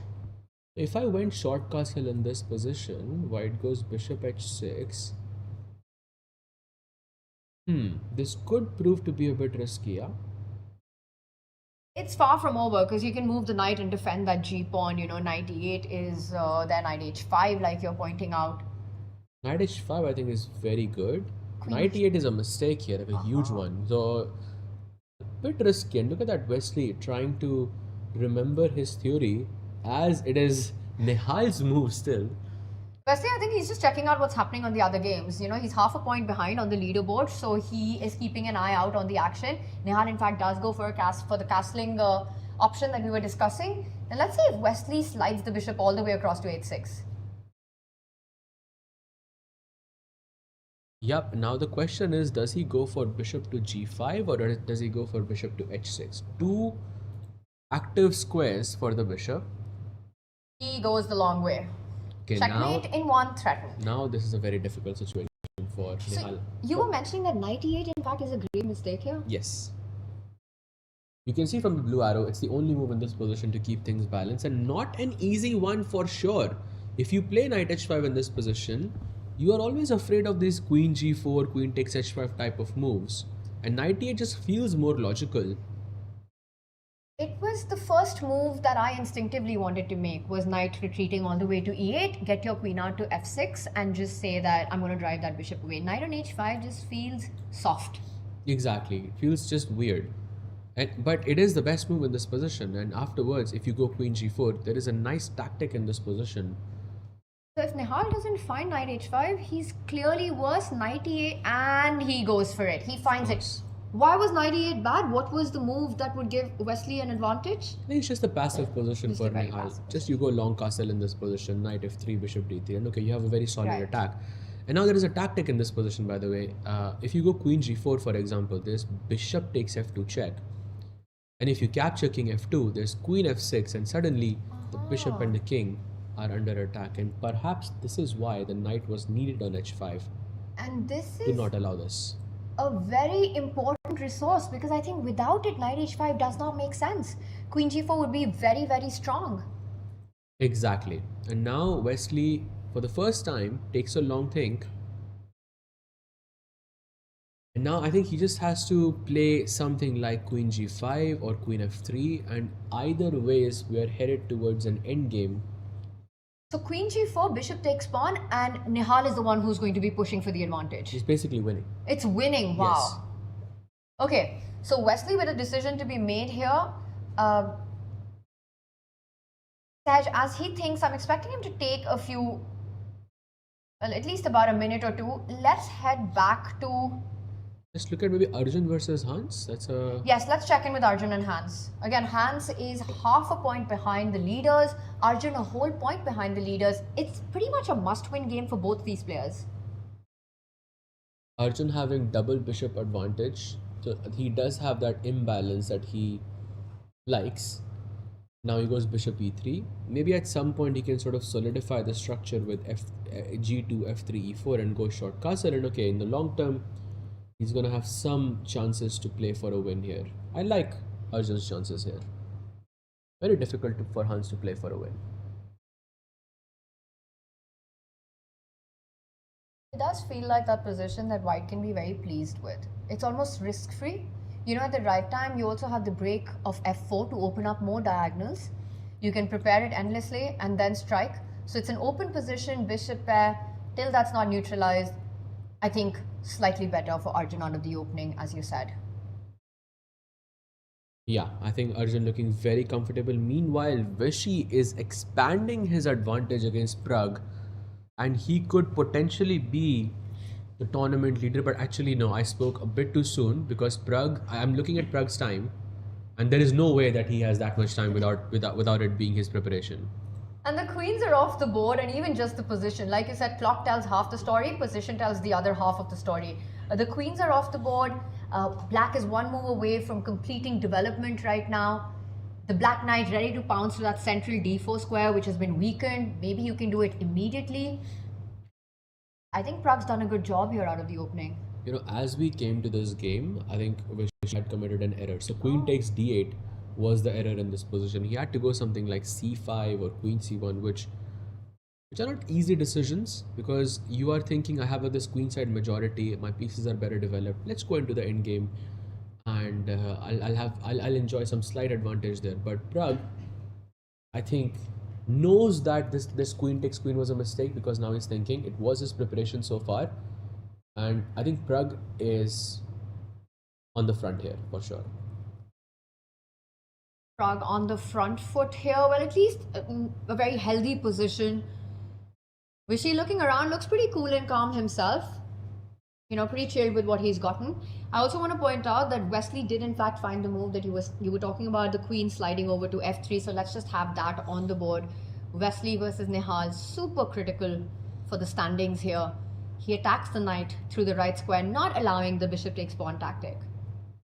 But still, I mean, you're going into an endgame. Now, if I played queen f6 here. So an endgame in Vishy's game, a potential endgame in Wesley versus Nihal. Arjun versus Hans, a simplified position with Arjun pushing a little bit. These are the three big marquee matchups. I want to quickly go over to our women's section before we come back to the open. You know, we spoke about Carissa versus Lagno being our headliner here. What do we make of this one? Wow, there's a pawn on e6 and it's white to play. I mean, the natural instinct is to take that pawn on f7. Mine would be to push e7, but immediately spot that once the rook lines up against that e-pawn, there's no third defender there. You end up losing it immediately. I mean, I was thinking you can take the pawn on f7, and then maybe you can solidify your stance on the e5 square. So maybe like knight e5, d4, c4, something like this. You know, maybe slight pressure for Carissa Yip here. But yeah, Lagno should be able to hold this. That's my take. So Lagno, Carissa in the balance. Meanwhile, we've got Vaishali versus Divya. Let's check in on that. Vaishali with a crushing victory in the previous round against Carissa. For Divya, it's not been a great tournament. Yes. It's been a tough one. She's currently at the 8th spot, shared for 6th with Divya and Stavroula, but it's not where she wanted to be going into the penultimate round. Absolutely not. I mean, if you asked me at the beginning, I would say Divya is one of the favorites in this event. So definitely not the best event. And you know, for the first 2 days, she had not won a single game. So, yes. But now she has defeated Vantika with the black pieces. She should be in good spirits. However, I don't like this position so much for Divya because it kind of seems very similar to what we had previously with Vaishali, in that King's Indian attack game. The only difference is that you don't have the attack on the king side, and Divya right now is a pawn down. This pawn on e7. I was waiting for you to say that because I think that's the defining feature here. It's a whole extra pawn, and you're not winning that back anytime soon, Sahaj. Wait, did she blunder this? So I'm not going to go through all of it. This was the position. She played knight-ish. Oh, it was a blunder. One move miss, and there's something to be said about form when you miss knight takes pawn.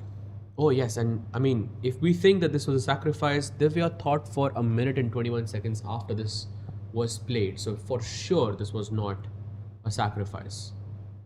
And yeah, this is the defining factor here. Vaishali just a pawn up against Divya, but still far from, I think, it being. But it's a dream start. I mean, with the black pieces, you're gifted a pawn. So Vaishali on the push here. Let's move back to our open section, Sahaj. And I want to go to Wesley versus Nihal first because it's really fascinating what's happening here. You know, the queen went to f3 from when we left it last. And black swoops his own queen into h4. Now pawn takes bishop is a threat. So Wesley is forced to retreat his bishop back. And he does it, offering a trade. Now, very critical moment for Nihal. Now, if this was a blitz game or a bullet game, I would go bishop takes e3 without a single thought here. But actually, that's a huge mistake. Like, if you allow bishop e3 and queen e3, I think white starts to dominate. You can see the bar take a huge jump there. The queen is very comfortable on e3. You get long castle, knight e2, g3, f4, and suddenly Knight d5 is coming in. Oh yes, knight d5 as well. Beautiful move there. So yeah, you should definitely not take that bishop on e3. And Nihal, I think, senses that this is a critical moment. I would be very tempted with either pinning the knight on c3. A move like bishop b4 comes to mind. I hate allowing Wesley castling if you're Nihal right now. To go long castle and finish development like that and then just start pushing the g and the h pawn with tempos against the queen and the knight on the h file. I think bishop b4 is very attractive, as is, I can't decide where, d4 or e5, a knight jump with a threat on the white queen. I think you're right on the money there. Knight e5 is actually one of the best moves in this position. The idea is that if you go queen e2, then there is knight f4, and you are essentially not forced, but okay, I think you're more or less forced, yeah, because you either go bishop takes f4 and you give up one bishop, but if you go queen d2, chat, luck to play and get an advantage here. And by the way, this is happening on the board as we speak. Whoa, he just made knight f4 as well. Chad, you have enough time. He has not played queen d2 yet, but So queen d2 is a bad move for white here. Yes, it is. It's a beautiful move. Once you see it, you will say, wow. Oh, that is beautiful. All right, Chad, we'll let you think. Queen d2 would be a big mistake. This hasn't happened. That's our analysis board. As you can see on the live camera, Wesley's queen is under attack after knight f4. Black to play and find the tactics here. I really like the way Nihal went for this direct approach with the Kolkata Knight Riders. Get the knight to e5, get the knight to f4. Has chat guessed the move yet? Because it's not an easy one, but Nihal has looked at it. Nihal has found it. Wesley won't miss this. Because guess what, Tanya? If I don't see this move, then black is completely worse here. And yes, I see it on the chat. Knight c4 indeed is the move, and this forces you to give up one of the bishops. And look at this symmetry, as beautiful. Can't take this because knight g2 check would just be deadly. Wait, I was actually thinking to start with knight takes pawn. So Knight I was g2? wrong about that. Knight g2, bishop g2, knight c4. Knight f3, is that the problem? I think there's bishop g5. Aha, I missed this. So, right plan, wrong execution by me, but chat sharper. Chat has found this, yes, for sure. Pull it, Raja. That was the correct line, the correct refutation of it. So the correct line is you first play knight c4, and if white goes bishop takes e5, actually you don't go knight g2, you go bishop takes e3. Because knight takes pawn, exactly, this is Yes. the point. Knight takes pawn, the king moves away, you're down a piece. Exactly. I also missed that. So if you go queen takes bishop here, knight g2 check, and then the queen on e3 Wow, just hangs. Very nice, very nice. Shout out to chat for finding the tactics. Will Wesley find it? I mean, Nihal has found it for sure, and that's what matters here. And Nihal is definitely in the driver's seat. I think he looks like a favorite to be now. Huge moment. Queen d2 pretty much looks like it loses on the spot there. So Wesley once again a critical decision with his queen under attack. Saj, let's check in as we wait for his decision. Let's check in with Arjun versus Hans. Not much has happened, so we won't stay there for too long. And these are two players for whom it's almost a must-win given the standings currently. I think it's a slow game. Arjun continues to have the bishop pair advantage. He's planted the pawn on c4. It might even push all the way to c5 to try to get that d6 square eventually for his rook. I still feel that Hans should be fine. He should be fine, yes. I don't think he is worse here whatsoever. I don't think the position has developed. Slightly unpleasant because of the bishop pair, but it doesn't feel like it's too much, you know, Saj, because there's no pawn weakness that I can really spot here for black. And Hans has the open D line, he has the open B file, the rooks are nicely placed. The black knight always eyeing that f4 square. The bishop on d3 not active, he takes, he's in fact going into the endgame. Whoa, rook takes queen, the bar will adjust itself. That's not a blunder, it's the only move. And now knight f4. I think it's Hans who's trying to play for a win here somehow. And Arjun declines. He says, I'm not going to give up my bishop pair. He comes back with his own bishop. And Hans playing for a lot of activity. The piece activity does neutralize the bishop pair that Arjun has. Yes. Rook d2 coming in if you were to trade off that bishop for the knight. Bishop f4 is just feels like a really, really bad move. Decision. Yeah, it's Yes. a bad decision. So Hans doing fine against Arjun. Meanwhile, Wesley is still thinking, let's move over to Vishy versus Pragg right now. And it felt that Pragg was out of the opening without too much to be concerned about. Are we sticking to that evaluation? Oh yes, because Pragg has to take on c4, you take back on c4, black goes knight takes c4, and I mean, could it be more drawish? This, you have the same knights, same set of pawns, no real imbalance on the board. I think this is a draw, no? This one's definitely headed towards a draw, and I think it will be very soon. This is a completely balanced position here. And it looks like Vishy's happy to just take it to that last decider against Nihal to see who finishes at the top. I mean, what a moment it is for him, right? It's a bit of battle against the Indian youngsters. Taking on Pragg in the penultimate round and then Nihal for the final finish. Absolutely. And that would be the decider. I mean, depending on how Nihal does, because Nihal is winning, I mean, well, close to being winning in his game. Because let's jump back, because Nihal, Whoa, the huge advantage mistake. has increased by a lot. And look at this position. He went g3 here, black goes queen h6 and f4, and wait a second. Oh, do you see it? Tanya, queen takes h2. I think. Oh, wow. No. Queen b6. Queen b6. Bishop takes knight. Bishop takes knight is the best move that our engine is pointing out. Yeah, rook g1. I was thinking queen h2, but queen h2 is not working for some reason. I think it's just rook g2 probably. Rook g2 and pawn takes knight. Yeah, and there's this queen b6 here. Attacking the rook and attacking the pawn on b2. That's a huge double attack. Full board awareness. Sahaj, what a find. What a find that was not found by Wesley.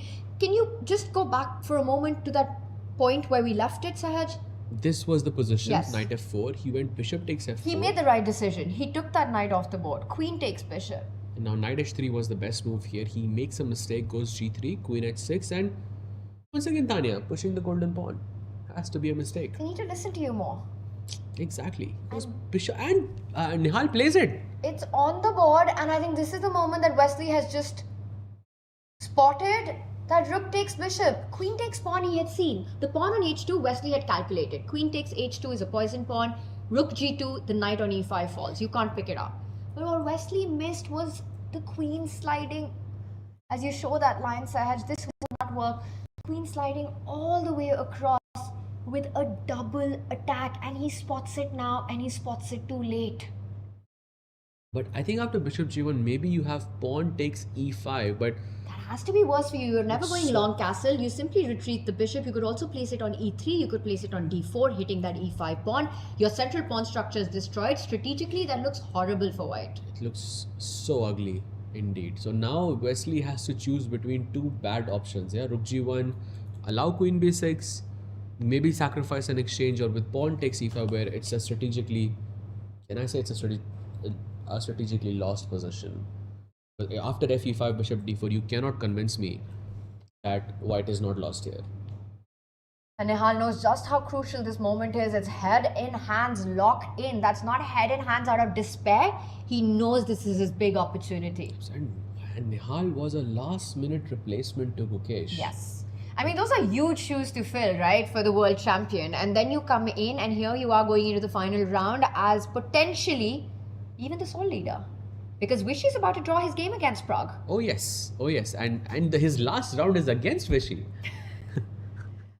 Insane. Wow. I mean, I think I'm very, very impressed with how Nihal has shown himself. It was a tough start for Nihal Sarin. It was a 50% score at the end of day one, a 3 out of 3 comeback on day 2, and he continues that hot form, a draw in the first one, and now almost a winning advantage out of the opening. And such, I want to point out, the thing is, we still have the evaluation bar telling us something is wrong, which obviously guides us to moves like Queen B6 being spotted. But it's so easy to miss it on the board when you don't have a pat on the back, for Wesley saying that, listen, this is dangerous. Because you're not even thinking about that side. The queen has played majority of the role on the king side. It's been on H4, it's been on H5, it's been on H6. Exactly. And now the winning move, or the move that gets a big advantage, is on the other flank, absolutely. And if you don't find this move, you're actually worse here as black. So, very much possible that Wesley has not looked at this. By the way, just an honorable mention to the second best move in this position. Tanya, you will be shocked. The second best move here is D5. You literally don't care about the piece. I mean, good luck explaining this to someone. I'll explain it, because pawn takes knight, the best move is Queen B6 still. Or actually, it is. It is. GG. But, okay, he goes Rook G1 and Queen B6 on the board. Once you have seen it, I think you go for it. And the point is that once you defend that rook, Queen takes pawn again comes in with your second double attack. That's a double attack. Double attack. And now I think Wesley is just down in material. He has to take the pawn on E5 and give up the rook on G1. Or he goes... I mean, I don't even know what he does. And look at that. Hans is looking at this board, trying to calculate whether Wesley is lost, and looks like he is.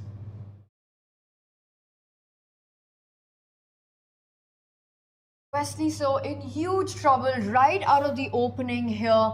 What move number are we on, Sahaj, in this? It is move number 14, and Nihal is already winning, and look at the time difference. 8 minutes versus 2.5 minutes is crazy. And the clock isn't Wesley's biggest problem. Yes. It's the position itself falling apart. Alright, so Nihal, close to a winning advantage out of the opening with the black pieces. Wesley, he sacrifices an entire exchange. He does. This is going to be a fight for survival now for Wesley. Sahaj, let's check in with Vishy versus Pragg. I think that one is going to end any moment, really. Not much has changed, so we won't stay there for too long. This is where it is completely in the balance. Tablash, very, very soon. I think you just play A4, G3, I mean, so many simple moves.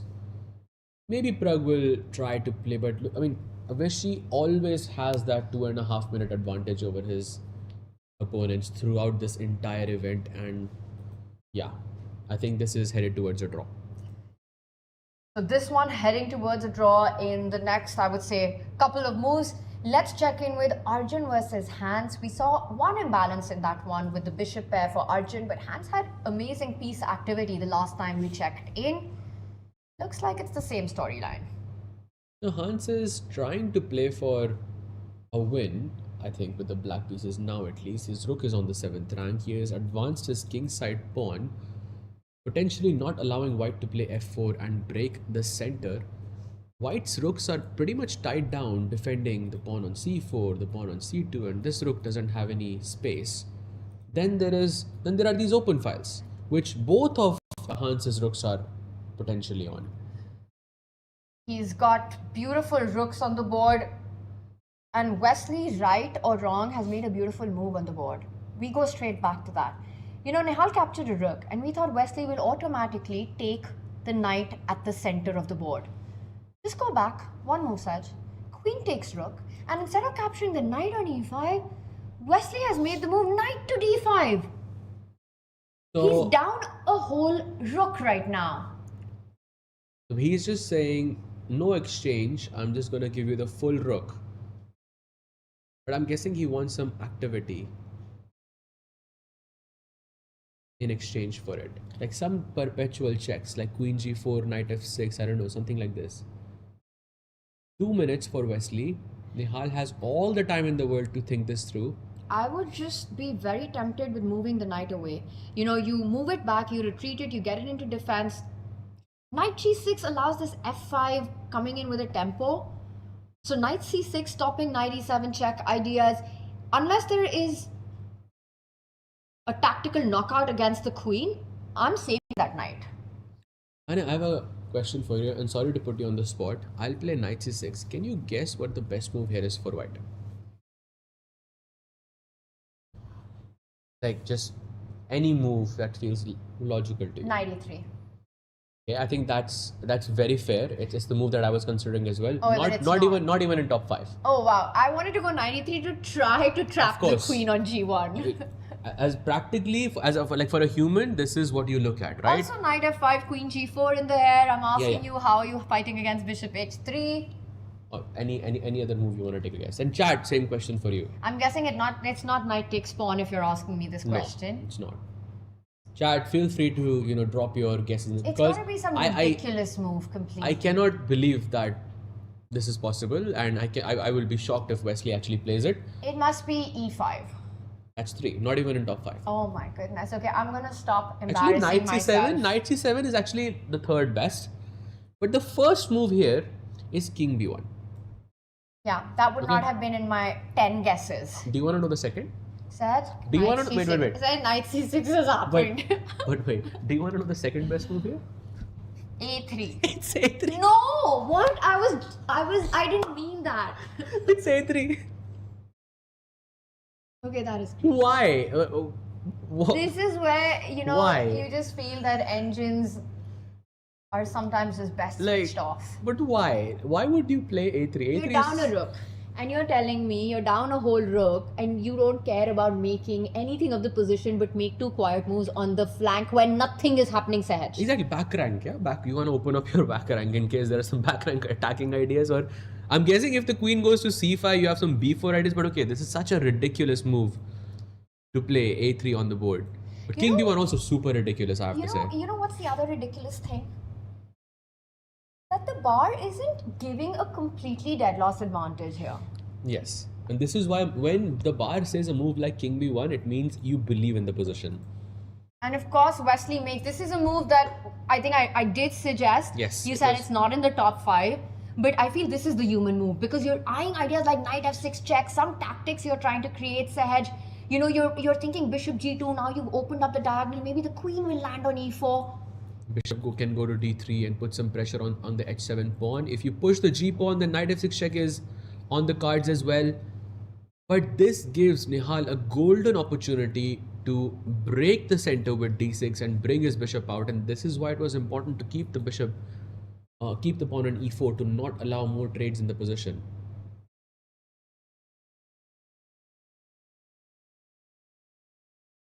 But wow, I still cannot believe king b1 and a3 were the 2 moves in this position. Ridiculous.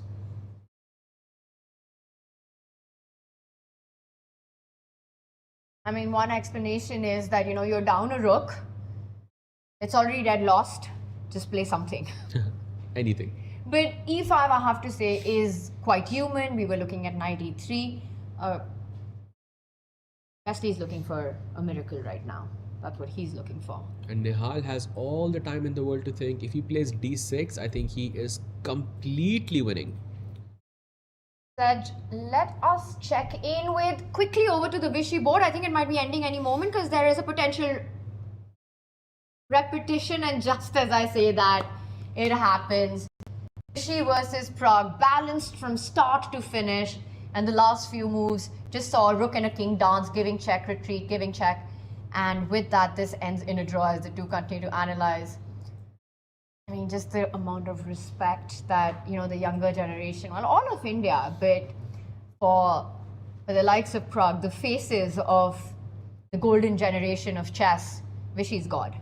Of course, of course. I remember Gukesh saying this, and we were there together, Tanya, in the Global Chess League when we asked him how was it like playing against Vishy, and his words were, it was like playing against God. And So when inspiring. you're playing against God, you want all the moments you can get with him to analyze the action. Maybe we stay on that scene a little. Actually, he's right there. We don't need to go back because you can see them there, sitting in the background, still looking at the game there, as we have Hans and Arjun in front of us. So that means, Sahaj, now depending on what happens on the Nihal board, Vishy will be in striking distance no matter what going into that final round with Nihal, and he might have his fate in his own hands. He plays Nihal. Even if Nihal ends up half a point ahead of Vishy going into that final round, if Vishy wins, he takes championship. And he is a rook and a knight up right now, Nihal. So you couldn't have a better Wow. situation. Look at this. He plays queen c5, and Wesley sacks the knight as well. gf6. He's looking for some repetition on the king side. No, this is going to be resigns very soon and not a repetition because white queen is very far away. The black queen will simply guard the f6 square, either coming from e7. It just feels like there'll be plenty of resources. You can even sacrifice your knight on that e5 pawn. Wesley will give a check first. The king will slide back and he will put pressure on f6. He just simply develops the bishop like nothing has happened. Wesley is down 8 points on the board. Wow, 8 points. And now he plays bishop d3 to have queen f5. Some ideas in the position. If this was white to play, queen f5 would be very, very deadly. But black gets that extra key move in the position, and he can utilize with just rook g8 and just sack the rook with rook g6, and that's it. Yes, but that isn't the only move, I'm sure. I would just go knight takes pawn and say I'm up so much material that I can give some back and say you have no attack after that. Knight takes pawn, attacking the bishop and the queen. Pawn takes knight, I pick that up with my queen. I'm threatening queen g5 check. And I'm waiting for you to put your hand forward. Oh yes, knight e5 I think is even cleaner than rook g8 there. But rook g8 just is also very professional, and I think They both work, I think. Wesley shakes his head. Everything's gone wrong because of that one miss allowing queen b6. Golden pawn. It's all about the golden pawn. f4. That move is costing him dearly. And I wonder if it's in moments like these, Sahaj, that you also start thinking about maybe I should have appealed for that point against Praggnanandhaa yesterday. That half a point that would have made all the difference. Had he won this match, I think maybe, yeah. But now, okay, he's on 4.5. He would be at 5. And that would put him behind Vishy and then behind Nihal as well. So, but yes, of course, he should have appealed regardless. And, at the end of it, the clock is part of the game, right? So there's no shame in that. Yes, of course. It's the 17th piece, it's often called. Or Yes. the 33rd one, depending on how you look at it. It's definitely a piece on the clock, and you have to use it as much as you can. And Nihal goes for one of the ideas we were discussing. Wesley falls back with the queen, but you just need to look at him. It's almost like he's given up. He's playing out of inertia right now. There's a checkmate in one being threatened. You could block the diagonal, moving that f pawn one step forward. F5 is good. Even queen g5, queen g7 is very good. Yes. Even queen g5 and h6 is very good. In a winning position, there are no bad moves. He's going There are some bad moves. the ones that allow a checkmate in one. Yes, exactly. No bad moves, just blunders. And that's it. Nihal Sarin will go into the final round of the Tata Steel Chess India Rapid in pole position there as the sole leader. Sahaj, and what a final round we set ourselves up for. It's going to be Vishy versus Nihal for championship. And I have to say, Nihal playing with the white pieces against Vishy gives him a very solid chance of winning this tournament. And what a story Insane. that is. What a story that is to come into Kolkata as a last minute entry, with Gukesh withdrawing a week before the tournament. Oh, Nihal is him when it comes to faster formats. I mean, he's been at that level for such a long time, and now he is showing up. Great way to start 2026 for Nihal. He just broke 2700 in classical as well. I think this is great news for Nihal here. Amazing, amazing stuff by Nihal in this game with the black pieces. Well, he got gifted that tactic. He seized on that opportunity and never gave Wesley a chance. So Vishy's game ends in a draw. Nihal gets the win against Wesley. Let's head over to Hans versus Arjun, because the result of this one, Sahaj, can create quite a chaos going into that last round. And I looked at Hans kind of looking back at the game of Nihal versus Wesley. And by the way, Rook C2 is not a blunder. It must be a DGT error there. Not really sure what the exact position is, but I believe it started around this point. He played actually Rook D4. Bishop C1 happens. He goes Rook B7. C5 happens. Knight D7. Bishop E3 Rook B2 again. And Rook B1, and he has indeed taken on C2, which our bar tells us is a blunder. But this is Hans trying to play for a win, trying to use Arjun's technique against Arjun. Is you like imbalances? Me too. If you take the rook on C2 here, I can take the pawn on E4, and then suddenly your central pawn is gone. I can push F5, F4, put my bishop on D5, and I have a lot of initiative. Bar likes Arjun's position, but I think it's not as simple. Instead of rook takes C2, if you go bishop takes D4, this is the other capture possible in the game. Black can go rook A2, just not allowing this trade. Now your bishop is under attack. You go bishop E3, and now knight F6, and now your knight on E4 is falling. And remember, chat, that F3 is not possible in this position as the pawn is currently pinned. So either ways, you lose this pawn on E4, and it's going to be a very tough game as he takes.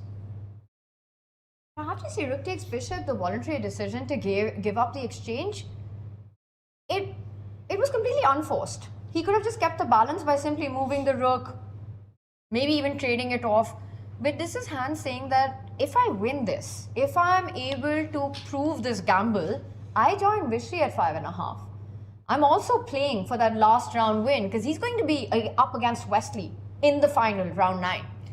So Hans taking his chances, he's taking the risks here. Said, meanwhile, can we just jump over quickly to the women's section? It is Divya Deshmukh who's crushing and crashing through Vaishali right now. Whoa. There's a queen that's missing on the board. And Vaishali has a rook and a knight for a queen, but that monstrous bishop on b2, the h-pawn moving forward, g6 in the air. The black rook's completely disconnected. This has to be busted. Can we call this a rook even? Or the other one. I'll give you 5 moves, activate it. Like it's not possible, yeah? It's not really a rook. So completely blocked by its own pawns there. She's just going to go h5, h6, that knight on g7 is trapped. Once the diagonal opens up, there's a queen and a bishop that's able to land that. That's over, h5, g6 would be game over. Vaishali, no time on the clock, completely lost on the board. Carissa versus Kateryna Lagno, meanwhile, is going to end in a draw, which means Lagno might very well win the tournament 1 round to spare. Wow, and how is Nana doing? Because she was the only player at 4 points. She's playing against Vantika Agrawal. Nana versus Vantika is in the balance right winning. now. That's an opposite color bishop, most likely heading into a draw as well. So Lagno looking good to steal the Tata Steel Chess India Rapid with a game to spare in that one. Sej, let's head back to our open section. It's all eyes on Hans Niemann's exchange sacrifice to create some chances. And look at this, Arjun playing best moves in the game, goes rook e1, defends the bishop on e3 and puts pressure on the c6 pawn. And right about this moment, I think Hans is regretting sacrificing that exchange. And that's the feeling I got. You know, when you take a decision like that, you need to be so precise. You need to have enough time on the clock. 1 or 2 inaccuracies and the compensation's gone out of your hand. Yes. It was very unnecessary, Sahaj, for him to take that risk. And I mean, if he wants to win the tournament, then I mean, he has to do something, right? I mean, in hindsight, of course, I agree with you. It has not paid off, but it's a tough call. I think he was just trying to play for a win and it has not paid off well for him. I think Arjun takes this one. The risk-reward ratio here. not going according to what Hans wanted, and Arjun's kind of played it really well after winning the exchange. He's placed the rook on the d line, he's mounted it on d6. And that's what happens, you know, when you're playing with a minute on the clock, you've got material deficit as well. You make inaccuracies, and we've got a result here. It is a draw for Rakshita versus Harika there. And coming back to this board, he goes bishop f6, activating and dominating on those light squares, perhaps even gaining some time in the process as he brings his bishop back. And Hans has no other choice but to play knight e7 as well and say, okay, I'm no longer playing for a win, I know that. Let's repeat moves. Look at that reaction by Hans there. Yes. He's not And happy. the thing is, Arjun will not take that repetition. There's just no way he's going to do it. He's up in exchange. Arjun doesn't even take a repetition in equal positions, let alone this one. Just a quick update. Arvind, Volodar Murzin. I think Murzin's looking at his second win right now, and that game, it almost looks like he's about to checkmate. These two players currently at the bottom of the leaderboard, 9th and 10th place, so not an important one for our standings. But if we just have the board up, Sahaj, and there you see White's king on h3. He's down in exchange with those two central pawns and the beautiful queen on g1, and not just that, the knight landing into f3 eventually. It just looks like game over very soon. Black's king ultra safe. I mean, it's so interesting to think about. I mean, in the first 2 days, Murzin was winless. His day 2 was all 3 losses. Whoa. And now he's defeated Wei Yi and Arvind. Alright, and Vidit and Wei Yi are in the balance. We won't go to that side. Let's go back to Arjun versus Hans right now. As there's a big threat on the board that's being set up. Rook c2 check. And Arjun playing with seconds on the clock. Gives a check and then gives a check on g8 as well, as we can see on the board. Black is forced to potentially bring his king to g6 and maybe to f5, and there is something tactically wrong with that. So rook g8 check, I'm assuming.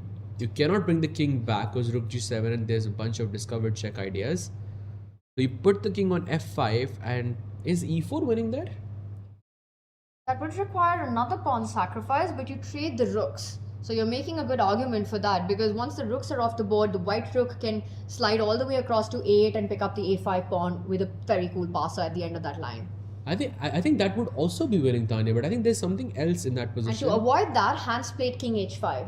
Wow, and is there g4 and bishop p5 and bishop g3 checkmate? Ooh, that looks like a complete knockout. I am trying to find a way to hide against it. It's almost a first line. You have rook c2, perhaps. But yes, that would have given the black king entry points. That's why he plays rook e2, and now he takes the pawn on e3, and rook takes e3 is just winning for him now. Rook takes knight, rook c2 check is what is Hans's idea. But the black king is in a mating net. It is in a box right now, Sahaj.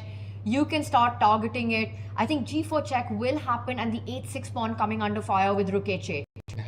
Not just the pawn, I think it's the king. You're about to get checkmated. It's being played out right now. Hans Niemann is about to lose the game, forced to give up more material. He's down a whole rook for just 3 pawns. Crazy. And now just rook c8, rook c6, not even 4 pawns there. It's some counterplay for Hans, but it is a little too late. I think Arjun is definitely going to take this one. Maybe some f5, f4 ideas though.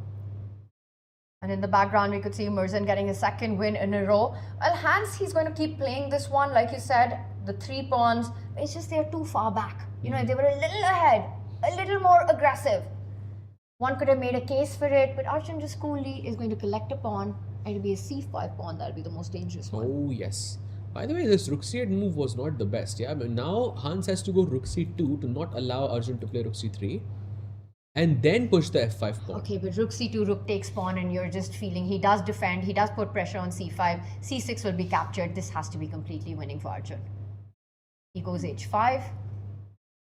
Yeah, f5, f4, h4, and suddenly looks scary. I absolutely can't believe you're saying that.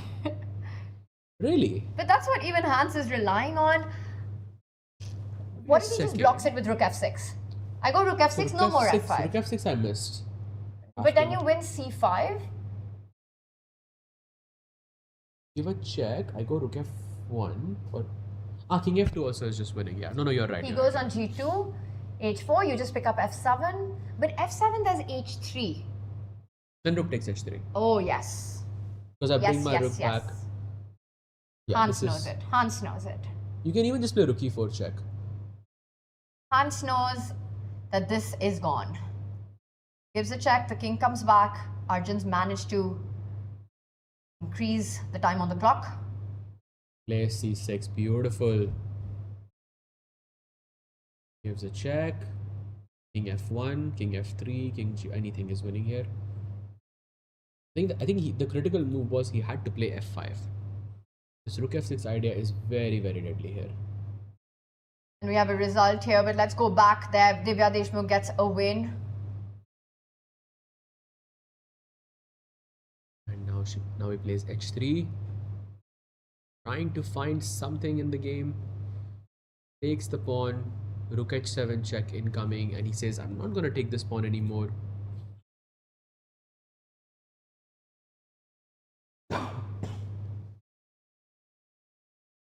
And huge news, Sahaj. We already have a winner in the Tata Steel Chess India Women Rapid, and a winner here as well, as Arjun Erigaisi gets the dub against Hans Niemann in the women. Kateryna Lagno has a 1.5 point insurmountable lead going into that final round, and she will take the Tata Steel Chess India Women Rapid 2026 with a dominating performance. Beautiful. 6 out of 8, I believe. 6 out of 8. And everyone else on 4.5. I mean, such a dominating performance by Lagno there. Wow. Completely unbeaten. And in the last round, she plays against Divya.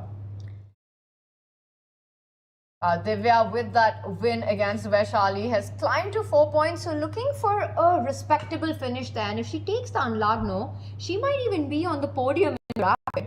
And there is something to be said about taking down the eventual tournament winner. Oh yes, for sure. I mean, this is one of those moments, because she is already on 2 out of 2 on day 3. She is feeling the momentum there.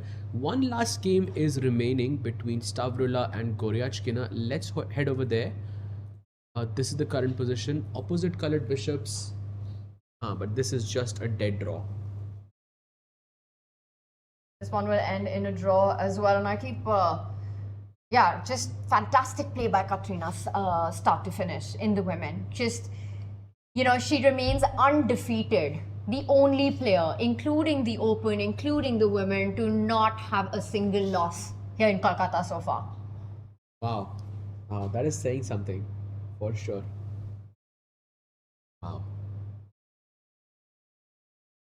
The final game remaining is Goryachkina against Stavroula. For Hans Niemann, his loss in this last round against Arjun, Saj, I have to say, feels very self-inflicted.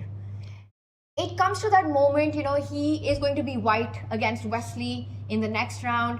Had there been a draw there would still be a chance for a good finish there. To go for this absolutely brash idea for no reason whatsoever, no sort of, there wasn't much to be said about the compensation in that position. Yes, but I think he wanted to create an imbalance, and he wanted to create some chances, because we saw how closely he was watching the match of Nihal versus Wesley, and he saw that, okay, Nihal is completely running away with it. And if I want to have any chances, in this tournament, then I have to beat Arjun. And for that, I have to create some imbalances. And of course, in hindsight, it was not the It's smartest. not even in hindsight. That's the point. Because just that imbalance itself it almost felt like an imbalance where the best case scenario is you draw the game. If you play Perhaps. accurately, you will end up with a position where you're able to hold with your activity. And I think a rash decision there, and in this one, it ends in a draw as you had predicted. Hans Niemann will go into the last round, but will not have, and we're going to bring up our standings to really make a case for that. But he's at 4.5 right now, so definitely needs to win for any shot at the podium. But what a finish we've set ourselves up for. Saj, take a look at that. Take a look at our leaderboard. Do you know what this means, Tanya? We're not getting a tiebreak, because Nihal is playing Vishy. So one person is going to be on 6.5, and then Lagno has already won. So there's no tiebreak. It's going to be a clear winner. Clear winner in the rapid section confirmed. pretty much. Wow. Okay, And let's break this down for And for everyone. Arjun, this is sad. Yeah, even though he takes the biggest risk, he still cannot win the match because the top two players are just playing against each other. And Arjun started the Tata Steel Chess India with 2 back-to-back losses against Vidit in round 1 and Praggnanandhaa in round 2. Yes. And here he is, currently at sole third position. That he's playing Volodar Murzin. You know, a player who's got that X on his back. X marks the spot. Arjun's going to go all out for that win against Murzin, but it might just be not enough for Arjun to try for that first prize. I think I couldn't agree with you more, but Murzin has been really dangerous in day 3. He has defeated both Wei Yi and Aravindh back to back, so he's also feeling it. But yeah, I mean, from Arjun's perspective, even if he goes all out, guns blazing, I don't think he's going to. There's no chance that he can win this tournament. So it's going to be either Vishy or Nihal. And they play against each other. Both their fates in their own hands. It comes down to this big final clash. Who will be the winner of the Tata Steel Chess India Rapid? And they started day 2 as the leaders, and they're going to end the tournament as they fight for championship between each other. Absolutely. And Nihal versus Vishy, it couldn't have been set up in a better way. The lightning kid and, well, the speed demon, can we call him that? But yeah, I think both of these players having a great fight to the end. And let's see what happens. What a finish we've set ourselves up for. And in the women, one more time, let's give it up for Kateryna Lagno's fantastic performance there. 1 round to spare, 1.5 points ahead of the rest of the field. It's a race for the second going into this final round. Lagno, the queen of rapid here. Absolutely. Unbeaten, completely dominating. And I think she's definitely a force here in the blitz as well. So let's see how she does. But so far, I think she has performed splendidly. I think what I like about this is we know who the winner is for the women, but there's a 50-50 chance, maybe a slight preference to Nihal because, okay, he's half a point ahead and he's playing with the white pieces as well against Vishy. But still, there are 3 players that are coming to mind who are going to be the eventual winners. Let's see what happens there. Amazing. I'm just thinking about the open section. Now that we've got a winner in the women, we have to talk about all the action that we've witnessed and what we've set ourselves up for. I want to run a poll on chat as well. We've got a final round coming up. It's Nihal versus Vishy. Whoever wins takes rapid. I wonder who chat thinks gets this done. Saj, let's have our pairings up for the final round. Let's have our pairings up, and there we see in front of us, bottom right, Nihal starts with the white pieces. He's half a point ahead. A draw for him is enough as well. Oh yes. I don't think Nihal is going to do anything funky. We might just see a very quick draw here with the white piece. It's very hard to play for a win with the black pieces. You have to come up with some creative stuff like the Alekhine or modern or any of those. But Vishy is very principled in that sense. Vishy will not take a risk in the opening itself. So yeah, I think for me, Nihal looks pretty promising. He looks like he's going to be the winner. And in fact, going into day 3, he was my pick. You did well there. I mean, this has been an incredible storyline for both these players. It's only between Vishy and Nihal, and we'll continue to set the stage. And in just about 20 minutes from now, chat, you have 20 minutes before the first moves, before the handshakes of this final round on which everything depends on here in Kolkata happens. So go get your refreshments and come right back. Saj and I will be back in just a few.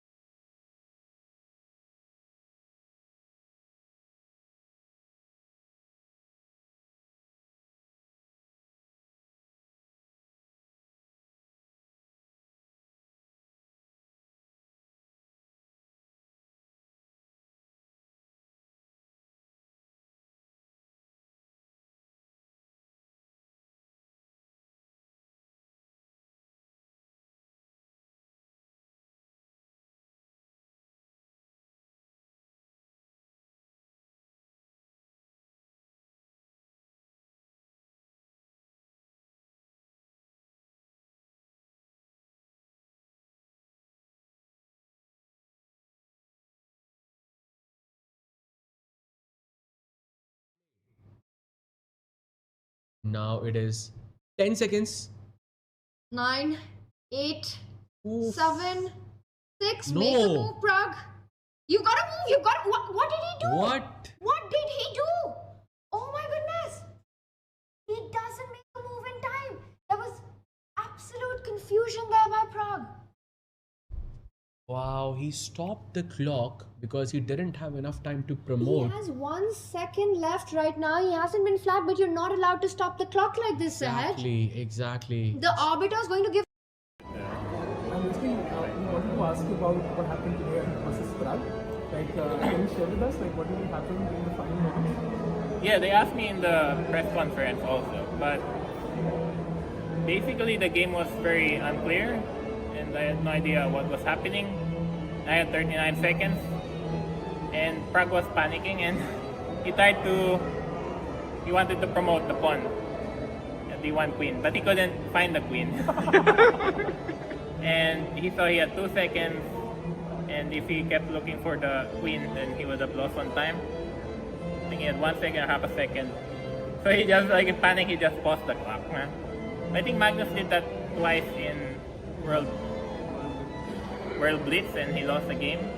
So I thought I would win, but the arbiter was only giving me a minute or two. I guess I could complain and probably get the win, but I don't want to win. I want to win the game, the position. I don't want to win due to technicalities. So I just offered the draw. Like I had time to think. I had time to think what was happening, and I figured that I could be risking as well.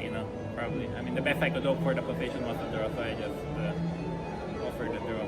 But yeah, basically, some players like to complain a lot. Like there are players who you just misadjust a piece without saying adjust, or they're gonna complain to death.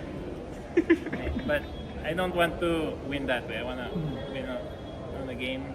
In the World Blitz also, there have been a couple of players this year and also a couple last year who in time scramble they would make a move, press the clock, but their piece would fall, and I just let it go. Some players would never let it go, but if it's unintentional, obviously I don't feel right to, and I didn't feel like I deserved to win against Pragg. Like I was better early on, but then it turned around very quickly, and in a time scramble, anything could happen. Actually, I could also very quickly get checkmated because when he played Queen F5, I was gonna play King H2, but then he had Bishop G1, which is mate.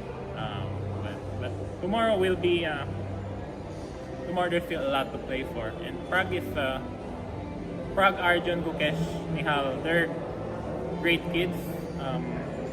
Never see even a little bit of arrogance in them. So yeah, they're great kids. Welcome to day 3. This is the last and final day of the rapid section here at Tata Steel Chess India 2026. We will have a winner. The leaders currently are Viswanathan and Nihal Sarin in the open section. Kateryna Lagno leads the women's section, but it's everything to play for, especially in round 9 when Nihal takes on Vishy So with the white pieces. Remember, Viswanathan has not won the rapid section yet so far, but he has won the blitz. Nihal Sarin won the rapid in 2022. Everything to play for. We will crown a winner in the open as well as the women's section and in our giveaway as well. So do take part in the giveaway if you haven't yet. It's the last day. Hashtag TSCI 2026. Tweet us with your favorite answers. Tanya Sajdev and Sahaj Grover will tell you more about it. Back to you guys in the studio. I'm excited for the last day here.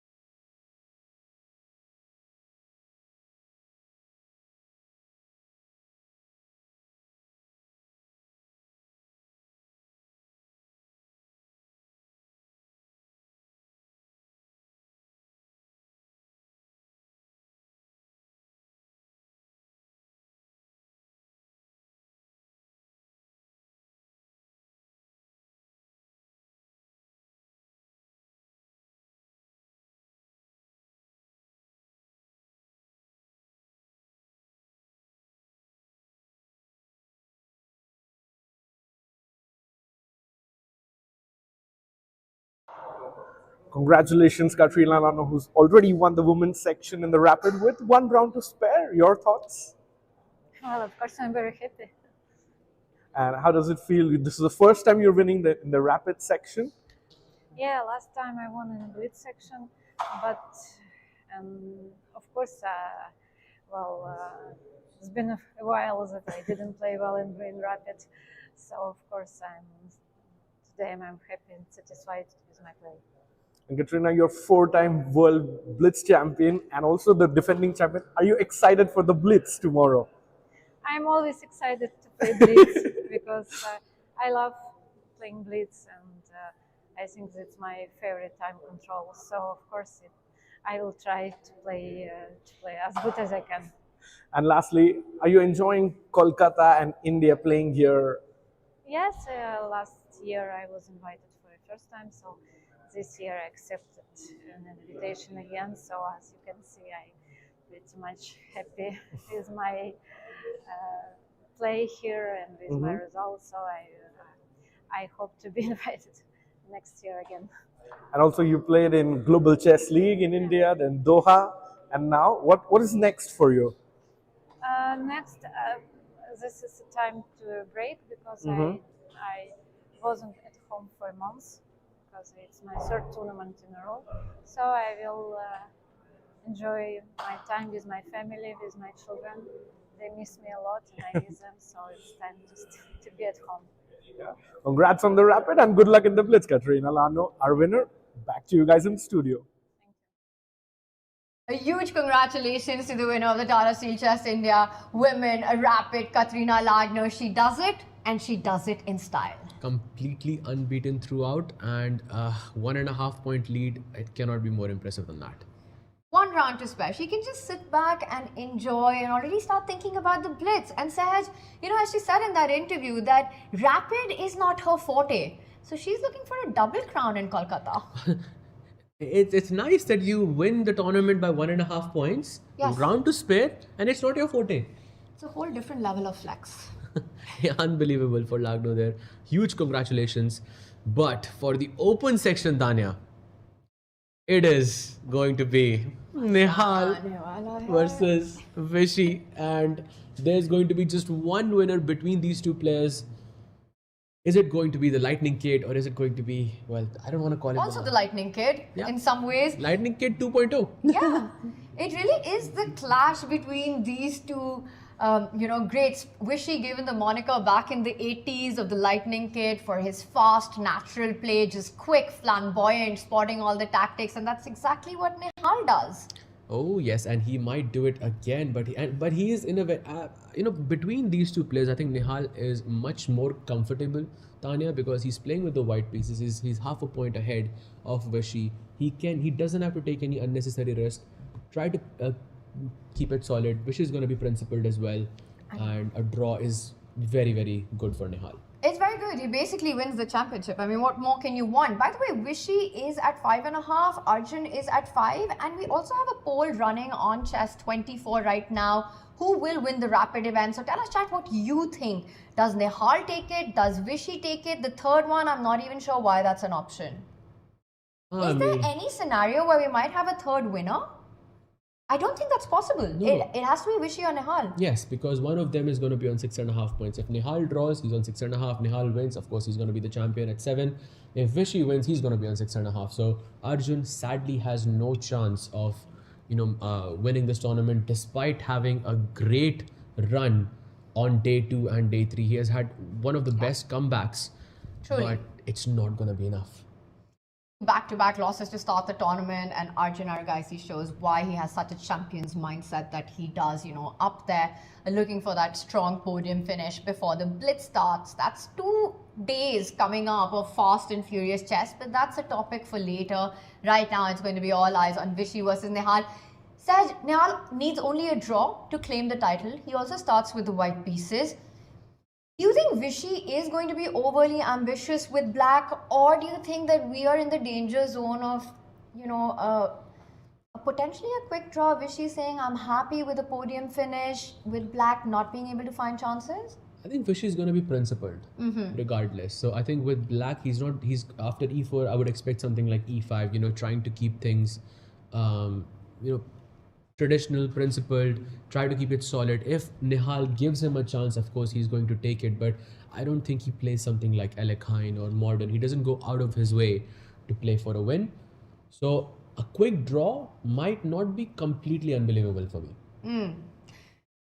I agree with the first part of what you said. I think Vishy will keep it solid, will not over-risk himself, because there is the risk of even losing out that second place. With the black pieces, there's only so much you can do to direct the nature of the game. So if Nihal does bring the fight to him, I believe Vishy will take it. But if not, there will be a safety first approach by Vishy, is my prediction. I think, yeah, I would agree with you there.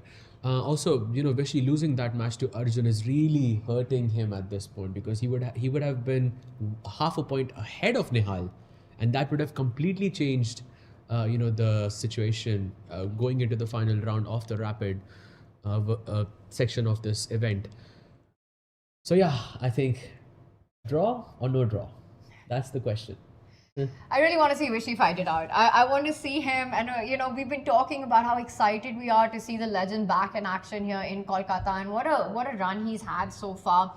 The last time he played here was in 2019 when Tata Steel Chess India was part of the Grand Chess Tour. In 2018, he won the blitz, taking down Hikaru Nakamura in the tie breaks there. He returns as a player after 6 years in this field with most players less than half his age. With, I want to say, all players born after he became world champion. Well, that Wesley? fact I'll have to double check. Yeah, that's Wesley? exactly the name that came to my mind, and I'm just wondering what the stat on is that. We've got Rakesh sitting right across from us, so maybe he'll correct me if I'm wrong on that. I am wrong on that. Okay. Turns out I am wrong on that. But all right, majority players not even born before he became world champion. 90% basically of the players. So, 80. Because Vishy himself, Because I'm yes. counting Vishy in the mix himself. Yes. All right, we are going off track here, chat. 4 minutes to go in for that final round. 4 minutes to go. Tell us what you think. Will it be Vishy? Will it be Nihal? Vishy in a must-win to be winner. Nihal needs only a draw. That's the storyline. Absolutely, and I think I think Nihal has a very good chance. I think something has to go terribly wrong for Nihal. Doesn't have to take any huge risks. I think he's just going to keep things solid. We might see an Italian or a Spanish, very, very, solid approach by Nihal there. We might see a 4-night Scotch as well. That's the opening you play generally when you want to play solid with the white pieces. So let's see what happens. Can't wait, Sahaj. Cannot wait. And we will have the players in a few seconds. Want to point out a cool stat that Rakesh has just sent. He's saying that Vishy, the World Championship bid I got wrong, but Vishy was a Grandmaster before any other player was born, including the women's section here at Tata Steel Chess India. Wow. That's crazy. That is how generational this tournament is. That's how I think impressive his performance is, going into the last round as well. I mean, insane. And yeah, I think I'm just letting all of this sink in. Just this moment that we've set ourselves up for and how epic it is, the final round, and the fact that the clash belongs to these two performers. Vishy, consistent on every single day, really, if you think about it. Day 1, day 2, day 3, solid and always at the top. He never lost his standing on the leaderboard. Nihal, 1.5 out of 3 on day 1, a fantastic 3 out of 3 on day 2, and here he is half a point ahead going into that final round. Sahaj, he's been an absolute beast so far, counting day 2 and day 3. And it's Goryachkina who arrives, Arjun, and there he is, the legend himself, Vishy Anand, on our screen. His fate in his hands as he plays with the black pieces against the leader. absolutely. And speaking of Hans, where is Hans? Do not see him yet, but yes, there he is, Vishy, adjusting his pieces, getting ready for the final match against Nihal. This will decide who wins the tournament overall. And we've got Vidit there at the background. It's been an up and down tournament for him. Currently in 7th place is Vidit Gujrathi. Had a good day 1, but then lost steam on day 2. And you want a respectable finish at the end of it, even if it's not on the podium, setting yourself up with a good mind frame going into the blitz. Oh yes. But you have to feel for Vishy in that sense, no? Because he was so winning against Arjun, and what a story it would have been for him. But you know, the same can be said for Nihal as well. You know, because he also had a very good position against Arjun. And very interesting stat is that both number 1 and number 2 players, so Nihal and There it is, guys. Nihal arrives on the board. Nihal versus Vishy. Sorry, Sahaj, but what a moment this is for this final round. absolutely. And you know, the stat that I was talking about is that both Nihal and Vishy have lost to Arjun. Yes. Both in very good positions, and Vishy was completely winning. So that's the decider there. We have Nihal on the board adjusting his pieces. Do we see a London? Finally. London and Kolkata. Yes, we have to see a London from Nihal. I mean, he's one of the leading experts of this opening and is super solid. And he needs only a draw. Exactly. Well, once again, in the women's section, it is Kateryna Lagno who's won the tournament 1 round to spare. But there is a fight. The field is wide open for second and third finish at the podium. And in the mix is Divya Deshmukh with 4 points. But it's all eyes on this clash. It's handshakes. It's go time. Nihal Sarin taking a first few seconds to decide what will be his opening approach in this first round. There's no London incoming. Oh, he plays e4 and of course Vishy goes e5, the most principled approach. Are we going to see 4-knight scotch here? Then we know Nihal's intentions. Yup, there it is. Called it. And now I think he's going to go knight f6 and next move you play d4, and this is I think one of the nicest ways to go for equality with the white pieces. Does he go d4 or not? That would be 4-knight scotch here. There is a line here that is kind of interesting where if after d4 takes you go knight takes e4. It is possible here, Tanya, and maybe Nihal is trying to recollect his sort of thoughts from this opening, because this is the only variation where things can be a little bit tricky. Apart from that, he is good. He plays d4, 4-knight scotch incoming. Question, will Vishy go for that knight takes pawn or the very solid bishop to b4, pinning the knight on c3? He reaches for it. It's just, Sahaj, it feels like it's going into that territory we were discussing earlier on before the start of the round. A very level position. At one point, black strikes in the center with d5 to try to completely liquidate the center. Very standard theory this one is. Oh yes, and the idea is very simple. You go short castle, you put the bishop on d2, put the queen on f3. Super simple, very solid. Best opening you can choose to play for a draw with the white pieces. Approach by Vishy to not immediately capture on d5, made popular by Fabiano Caruana after the trade. That pawn isn't really going anywhere. So first Nihal gets his own king to safety. Taking pawn takes pawn would invite checks on the e line. And there's really nothing that white gains out of that. So a one move delay in recapturing the pawn. Eventually Vishy's bishop will land on g4 as well. The rook on b8. The dark squared bishop often returns to d6. The pawn is placed on c6. And you say, what have you got as white here? Exactly. I mean, and Nihal's going to say nothing because all I need is a draw. And he plays h3, the most principled move here. Queen f3 is the idea, and not allowing Vishy to play bishop g4 as pointed out by you, Tanya. He goes c6. Queen f3 is a logical follow-up here.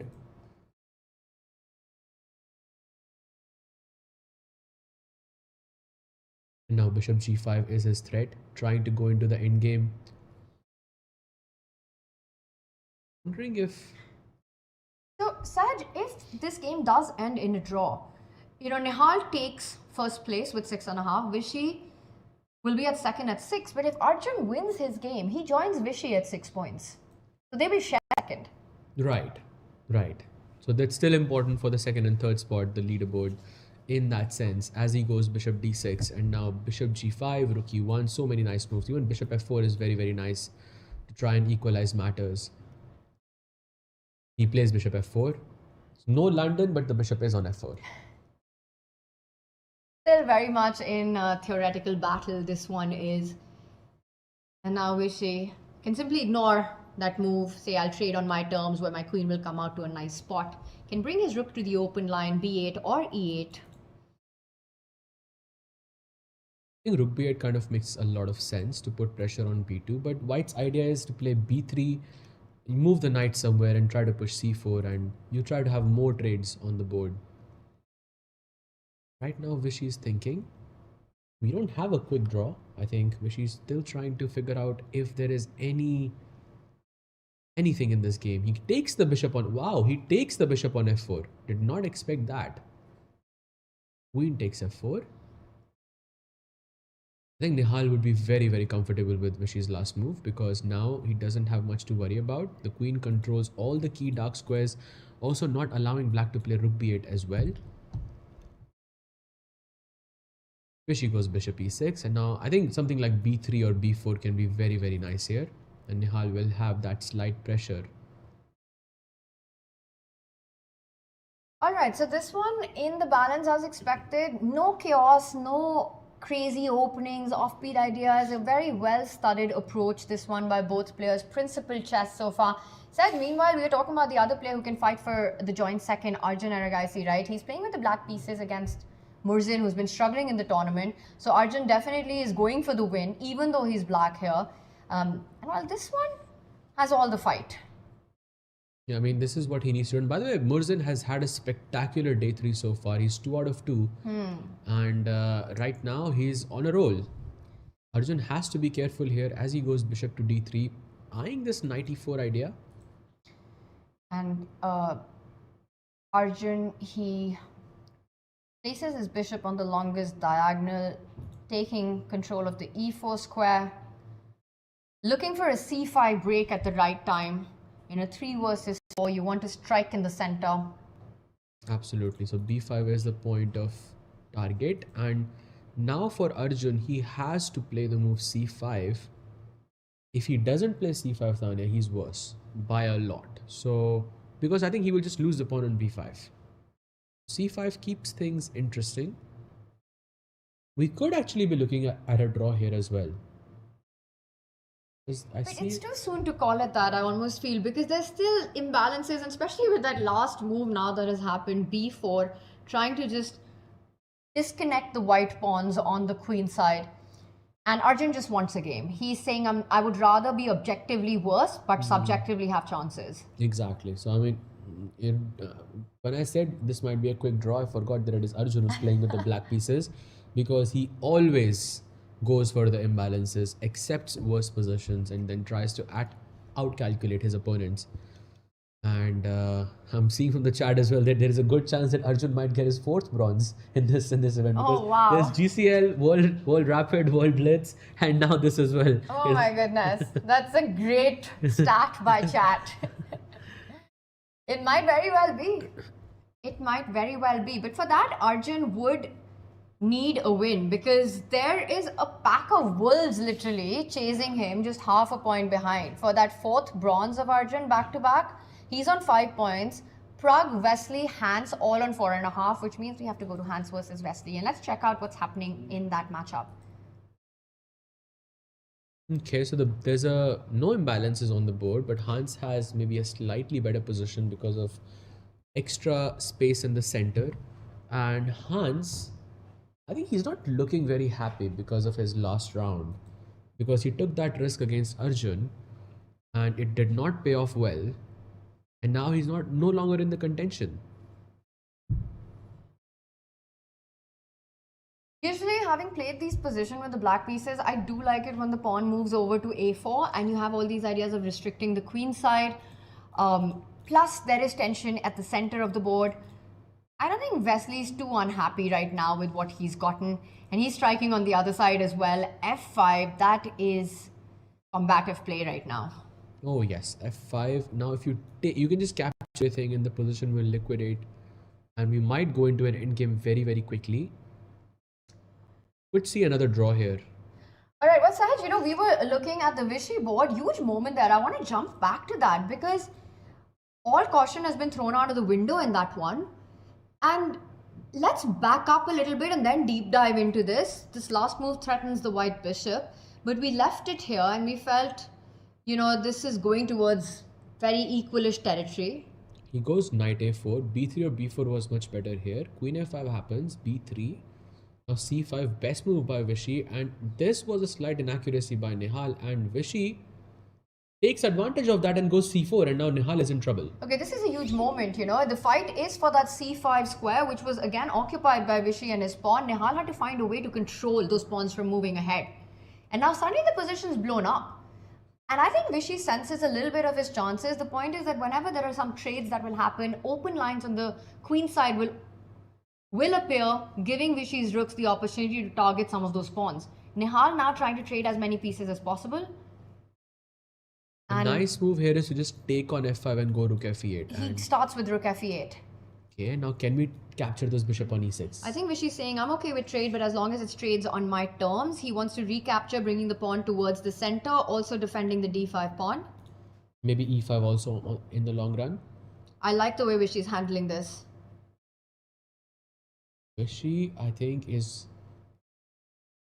I mean, for sure, this is the kind of position you would want if you want to play for a win with the black pieces. Nihal basically has very little chance to play for a win, but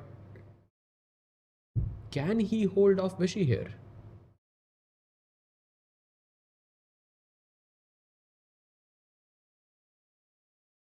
That's the question. Or do we go just bishop g4? He takes the bishop on e6. I'm expecting Vishy to capture with the pawn.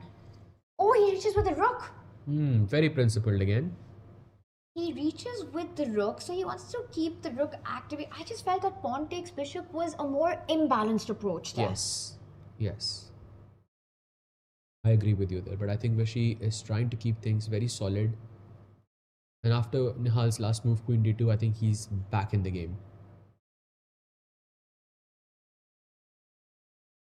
If you want to keep things solid and you're happy with the way things have gone, which Vishy has plenty of reasons to be, do you trade the queens? Yes, you do.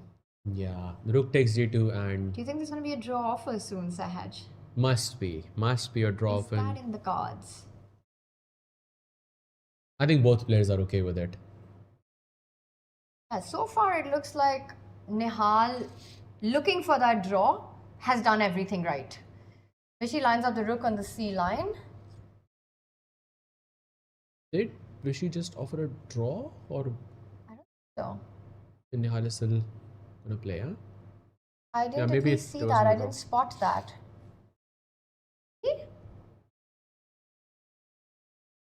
Probably not, because Nihal is still thinking. I think he would have accepted the Yes, draw. instantly, because he's champion, right? You offer a draw, you just take it. Maybe Vishy still sees some venom in the position. You could technically go for some g5, h5 business and attack on the king side.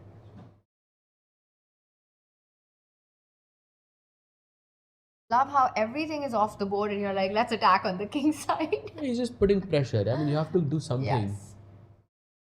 No, G5. just finding ways to continue the game. I think it's very impressive. It's that- very, very nice to say these things when it's not your game, yeah? And you are definitely a lot more ambitious. And we've got the eval bar there, so you can see that Praggnanandhaa is on the advantage against Wei Yi, as well as Murzin is against Arjun. Saj, maybe a quick jump over to that board. Arjun currently in third place right now. Look at the time difference though. Murzin having literally half the time of Arjun.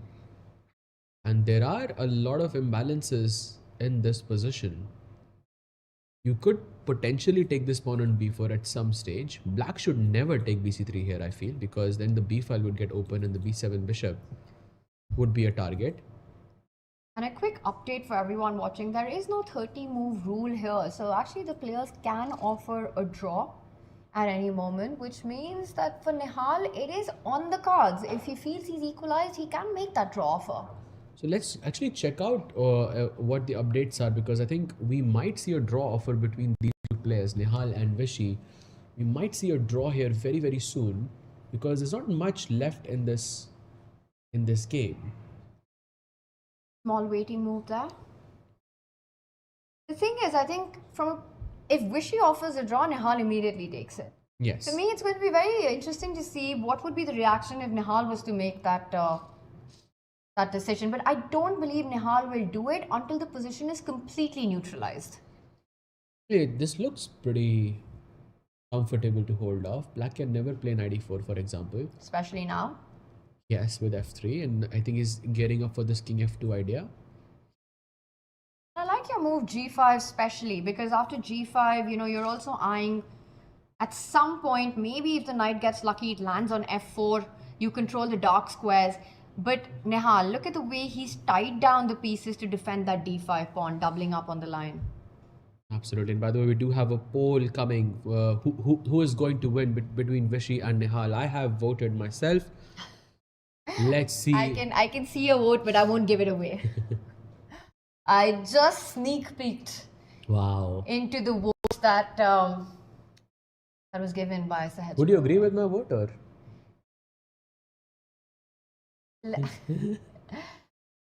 Yes or no? Yes. You agree with me? I agree with your vote because of the position that we have in front of us. I think it makes a lot of sense. Also, the odds that are there right now. I think I'm giving away too much with what your vote was.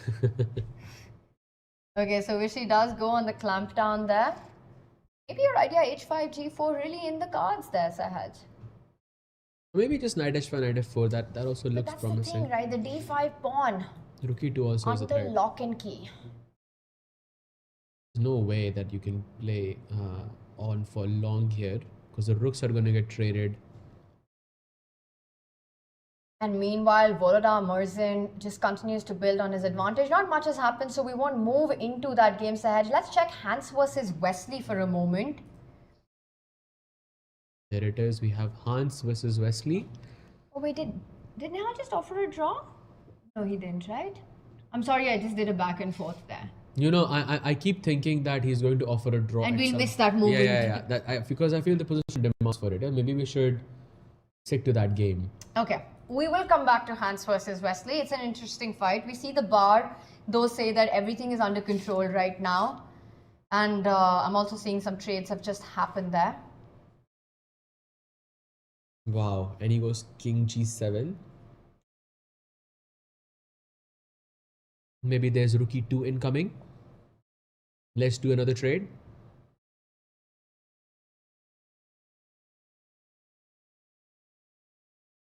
Rook e2 allows the idea of a potential knight h5 because then d5 cannot be taken, and I've got a question for chat on that. Oh. Let's put that up. Maybe it's not much, but it's something. Rook e2. I want to plant my knight, to its square. So takes and knight h5, yeah? Yeah, and now chat. Looks like I'm losing a pawn. Rook takes pawn. What is the trick here? Pawn takes b3. I'm sure that's also winning.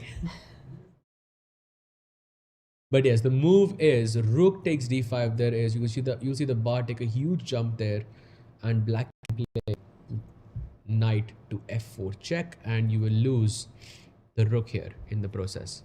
But of course, he's not going to fall for it. And this is why Tanya says rook e2 might not be the best move as it places the king where it can be checked on f4. So perhaps rook e1 can be interesting. But Nihal says no. I will solidify my position, rook d4, no trades happening, and your knight remains on f6. Nihal keeping everything under control, and as this game will decide the winner of Tata Steel Chess India Rapid. Sahaj, we already have a winner of our giveaway. Oof. We have a winner of our giveaway. We asked you guys, tell us your favorite player without telling us your favorite player. And a huge congratulations to Parth Parekh. This is what he came up with.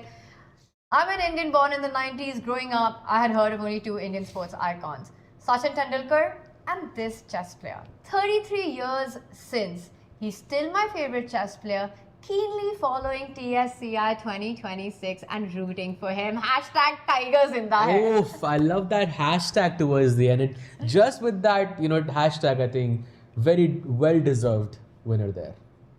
Hashtag Tigers in the head, Parth, is where you had us on, I believe. Huge congratulations to you. You will win a diamond membership from chess.com and some very cool TSCI merch. I've got it right behind me.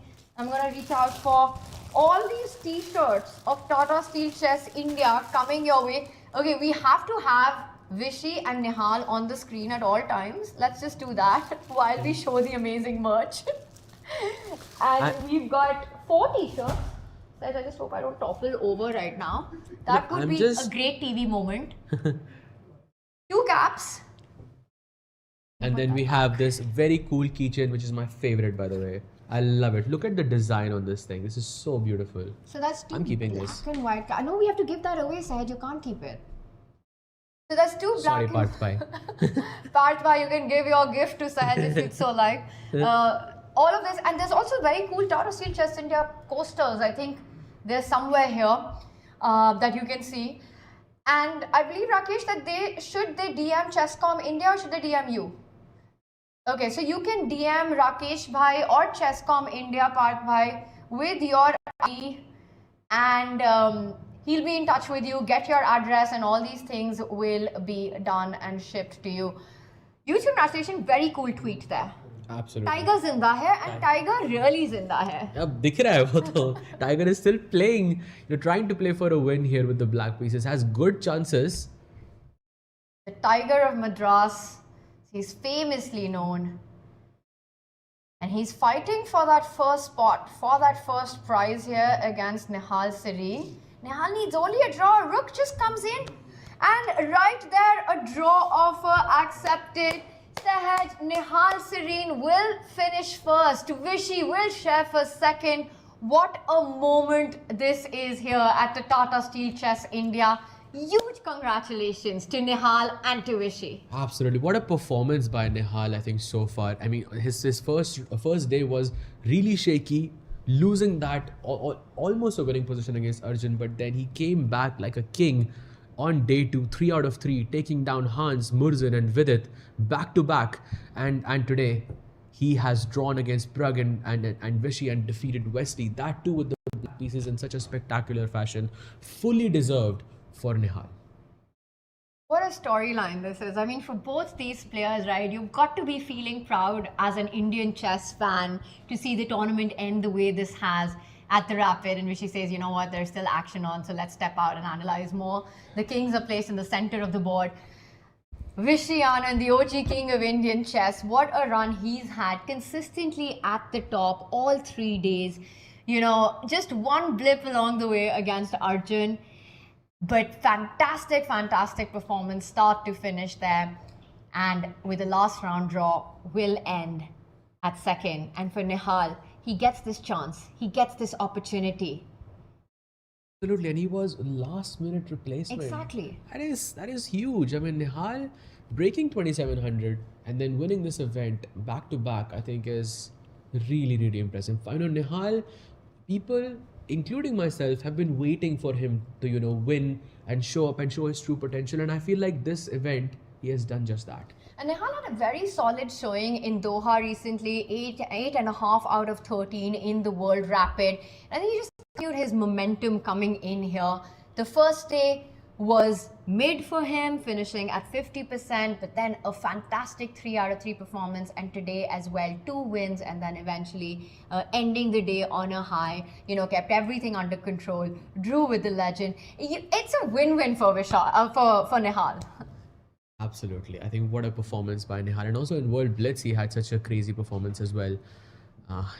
It's very, very happy for Nihal here. I think him winning this event, you couldn't make this stuff up. Love to see it. And by the way, we have this fight for the 3rd place, and looks like Arjun is struggling against Murzin. You can see that bar taking a huge jump, and rightfully so. Looks like that Arjun... Isn't there just knight takes g6 here, Tanya? Or am I was thinking something like queen h3. Wow, b4. What is this move? He's deflecting the queen. He says queen takes pawn will be met by potentially rook b1, and you lose the bishop on b7. It also puts the queen further away from all the action like knight takes pawn eventually, Sahaj. Very tricky stuff by Murzin. If he wins this, that's a 3 out of 3 on the last day for him. Wow, beautiful. Great performance. I really like this move. I mean, you don't have so many options. You could go back to d6, but then bishop takes pawn, Sahaj. Basically, the black queen has no good squares. Even bishop in a bad takes rook? position. Bishop takes rook, of Just course. knight f7 check and that's it. I mean, the Yes. queen has no proper squares in this position. And I think Murzin is going to win this match, which means that Vishy will be clear second. Because Arjun is the only player who's 1 point behind. The There will only be no one tie. who can catch him. Wow, alright, so Arjun in a dead loss position, probably with black, was over ambitious in his opening approach, wanting to get those chances, and you know, that's a double-edged sword. When you play this risky with black, you feel what is a must win, which it really was for Arjun if you think about it. I mean, if he draws this game, it really doesn't get him anywhere. Tied for yes. third, you look at tie breaks, but it has backfired. He might not even finish third if this happens, because there are other points. And this could be dangerous for him. And one of them is right behind there. It is Praggnanandhaa versus Wei Yi. Let's check in with that. Pragg, you know, he's fully locked in right now. Wei Yi, he started great in the tournament, but it's been shaky today and yesterday as well. Simplified position, a bishop pair for Praggnanandhaa, but you've got an isolated pawn on d4 as well. It's an extra pawn though, that IQP, that's one whole extra pawn. And with that bishop pair, I feel that Pragg has got real chances here. No, I think that's an understatement. I think Pragg definitely could go for a win here. And he makes another mistake by going knight d5. Now just queen e4 or queen g3 can be very good. Wow. You know, Wei Yi has not had a great event at all. In fact, he has had 3 losses back to back, and then he drew to Vidit, and now he plays against Pragg, where he's not doing the best. Alright, so Pragg looking good on this board. He's playing at 4.5. And if Arjun loses, Pragg might be the one who will take that third podium spot over there. Another player in the mix is Hans versus Wesley. Moving on to that board. That is an endgame. It's equal material right now. And I think Wesley's piece activity with the rook and the bishop, if anything, I'm picking black here. Rook d2 coming in, rook b4 coming in. There's a pawn on e4, which is isolated. Yeah, maybe more or less balanced, yeah? Actually, I'm picking a draw here, Yeah. is what I'm picking. Wesley smiling there. I think he knows this is equal as he goes king f1. Now rook d2, your odd move could be possible. Even rook b4 is possible in this position as well.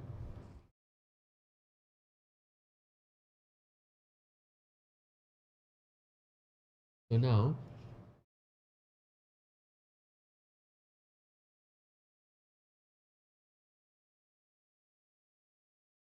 does he play now? Oh, is there a repetition on the cards? If I go rook d2, you have to go rook e2, and that's a check, check, check. Repetition.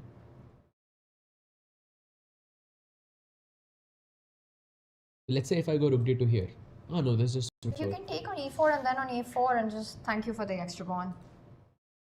Good point there. Bishop a5 he goes for. By the way, only move for Hans is to play rook c1. Alright, well, Sahaj, this one an endgame that will most likely end in a draw. Let's go back to Murzin versus Arjun. I think that might finish any moment. He keeps chasing the black queen, does Murzin. So queen b6 was the reply to b4 and a5. Again, queen takes pawn, runs into rook b1. The rook on e8 is hanging. There's a powerful attack against the black king. You have to play queen a7, I'm guessing. Oh, that is not a happy move to make. I mean, with bishop e3 coming in at some point.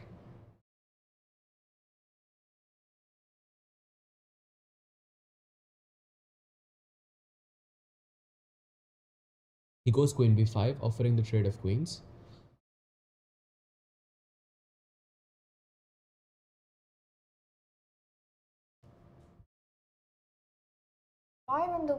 You could fall back with your bishop to c4, but then you lose connection to the rook. It almost feels like the queen is trapped actually. Bishop c4, the only move you have is queen takes pawn, and that walks into the rook b1 idea.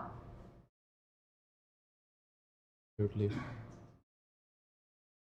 I think Murzin's going to be up a piece right now.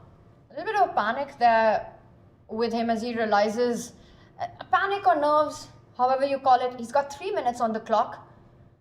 What a shift it's been for Murzin, right? 3 out of 3 is what he's staring at today, just really getting set up for the blitz. Oh yes. The queen takes b5 looks very, very promising. Even bishop c4 looks very promising here. And we're going to go into full screen because we've got a very special guest joining us as we get our studio ready chat. This is something you don't want to miss.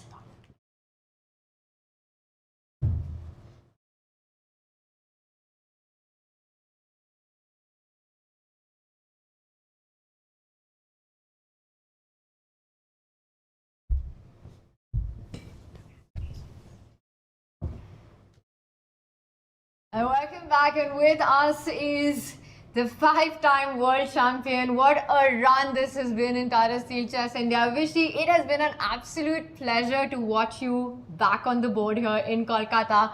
Firstly, a big congratulations. How are you feeling right now? A pity. I thought with our opponents, we still had a decent chance of fighting for first place in the last round, but I mean, how many times does Wesley play a game like that? So then I thought, well, then I have to do something crazy in the last round, and I was somehow not ready to switch. Also, I wanted to, after all, second was also a good result for me. Yes. And so a bit upset that I didn't have the energy to go for more. But yeah, it is what it is. And congrats to Nihal. I was telling him that his just for his end game against Vidit, he should. Well, that it was a spectacular win, especially King D4. Yes. So I thought that was. But overall, are you satisfied not just with finishing second, but with the quality of play that was there here? I think so. I have not had a chance to have a detailed look at my games or anything, but sort of think so. Yes. I think We yeah, I felt think it all the way. I think many games were really quite good, but I don't remember. Today was weaker. I mean, against Vidit, I made some careless mistake. Against Pragg, there was some. I mean, it turned out not to have any consequences, but I was not very sharp, and obviously the loss to Arjun in a pretty good position, if I can put it mildly. But many of my wins were, quite good. So, agree with that. I think the win with Volodar was probably, in terms of quality, my best. And it was nice to beat Niemann in a complicated struggle. And especially after coming back from that loss from Arjun, you were playing Hans and Murzin back to back. I was actually going to ask, while we bring up Arjun's board so that we can follow the action on that as well. This is the current position right now on that Vishy. Murzin, this looks like should be, as Peter says, if this is not checkmate, what is? Wants to go Queen E6. And threatening the smothered mate idea? Yes, but I guess Arjun has to play. Well, honestly, I don't understand why Murzin went for this and not many of the other options. But okay, let's say this is it. He's gone Queen E6. I have to either move the bishop F6,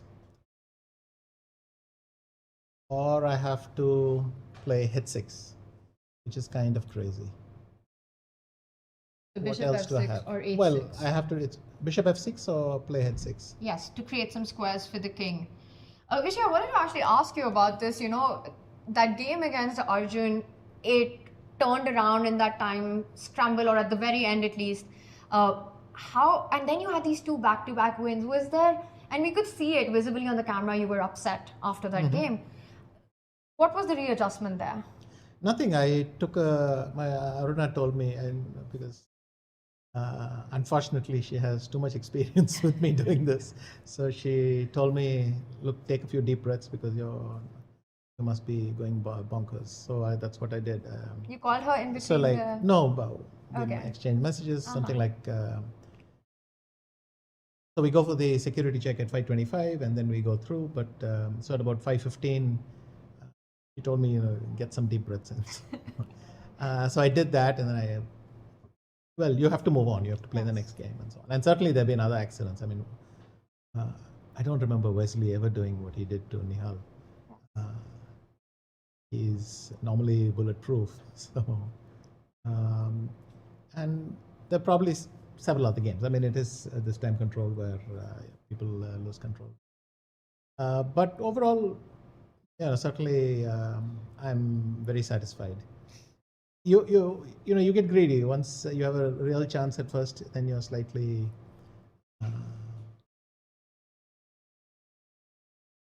slightly confused by it not happening, but I think this worked out. Well, chat, you can send in your questions for Vishy. He's going to be hopefully with us for a little bit here, and we'll bring those up. Vishy, I want to talk a little bit about, throughout the tournament, we've been saying that you became world champion before most of the players in the field were born. At least a lot of them. And you became grandmaster before any one of the players in Tata Steel Chess India, women and open, were born. So to have... You're really rubbing this in, right? I am, but in a very, in only the best way possible, because to have this run and also be the one who 99% of the time was faster on the clock with the generational thing, does that make it even extra sweet? No, that was very conscious, because I did not want to be in a situation where I was low on time or anything. So I made an extra effort to, because you can think all you want, but there's not enough time to solve everything. So I think, but yes, I was practical. Anyway, we've got the blitz coming as well. It's got to feel good to be really holding the door for the old guard here. Or at least... I'm sorry. This is the theme of the day. No, I understand. I understand. It's just been amazing to watch you here. I understand. No, yeah. Actually, more than my age, what I feel is that when you don't play often, every decision seems slightly unfamiliar. So for me, that was the harder thing to get used to. When you play all the time, you're ready all the time in some way. But if you think, then you start wondering about every decision. Should I do this or that, and this sort of thing. So I was happy that this went well. Wow. What He's still is fighting. that? What is that? Wait, but there's a mate in 17 is what I'm being told right now. Which is worrying, because I think it's a mate in 4, which is I mean, bishop d3. What move do you have? So bishop d3. What are the remaining 16 moves for black? Is it queen g4 check or something, or what? But that's just maybe. That's. Bishop d3. He's already the computer saying queen e4. So I think gives you a sense of what this mate in 17 is. I think it's 17 legal moves, not. I'm surprised there are 17. Okay, because you trade the bishop off at some point. Rook takes queen. I'm still not seeing how you actually survive. No, he's going a queen down, and then mate is taking 17 moves. But how is it taking? Because again, queen e4. If I just take it with the rook, how does black survive for? That is even a valid question. 16 moves here. So the computer is cunningly starting with the queen or starting with the bishop? No, okay, but this is ridiculous. So did he play bishop d3? He hasn't played it yet. I'm going to just bring up our live. I mean, he could check on f7, double check on h6. He's gone bishop d3, which king g8 replied. This is what we have. Yeah, and then he could take the pawn on h6, come back, and then go for this mate anyway with bishop d3. But, yes. Okay, he doesn't need it. Yeah, no, bishop g6 mate. Is this happening? This is happening, and that's handshakes. And Volodar Murzin gets his 3rd win in a row. And Arjun, after sort of making a comeback after a slow start on day 1, today was not his day. I don't know. I mean, if you take a lot of risk, yes. Sometimes I didn't have a chance to see his game. Yes. But if you take a lot of risk, then you get it. And Vishy, we had a featured chat over there, question which I think was also on my mind about your participation in the Total World Championship and how you look at that whole tour. Well, we'll get to that. I mean, am I in? I'm a reserve, yes. Right? I think it was announced as you are maybe somebody declined. I thought someone had to decline, but I mean, that's several months ahead. Yes. It's a bit early, but I will try to get ready. I mean, you may have sensed that I'm angling to play a little bit more, and so certainly a chance to play in some nice events would be welcome. And you mentioned that you were quite happy with your game against Murzin. Are there any other such games that you were particularly pleased with? Having that first round win also against Wesley from a position that was very Wesley was great. I mean, yes. I thought I'm better, but I couldn't quite see where to put my pieces. I mean, I want my bishop on d4, stopping f6, and generally being a boss over there. But he's threatening to trade it, something like that. Then he went for g5, which kind of was a relief. Then I was very happy with this move, bishop b6, just to take away the d8 square so that I can attack the d5 pawn. I mean, there was some sophisticated stuff I was doing. And then finding queen f5. I think that is probably what... Queen f5. The funny thing is that it's just busted right away, right? Yes, it's so just game over. It's game over after queen f5. I didn't even realize how strong it was. I mean, I thought I might be +3, and then I'm seeing its computer is not even giving a line below +8 or something. Yeah, it's queen f5 insane. is game over. And once he went for this allowed e6 check, it got just absurd because he went king h6, I went bishop e3, and then okay. But that is that was very strange. Having said that, I thought some of my decisions were very practical, and already I had the feeling that I was taking good practical decisions, and I was happy with that game in that sense also.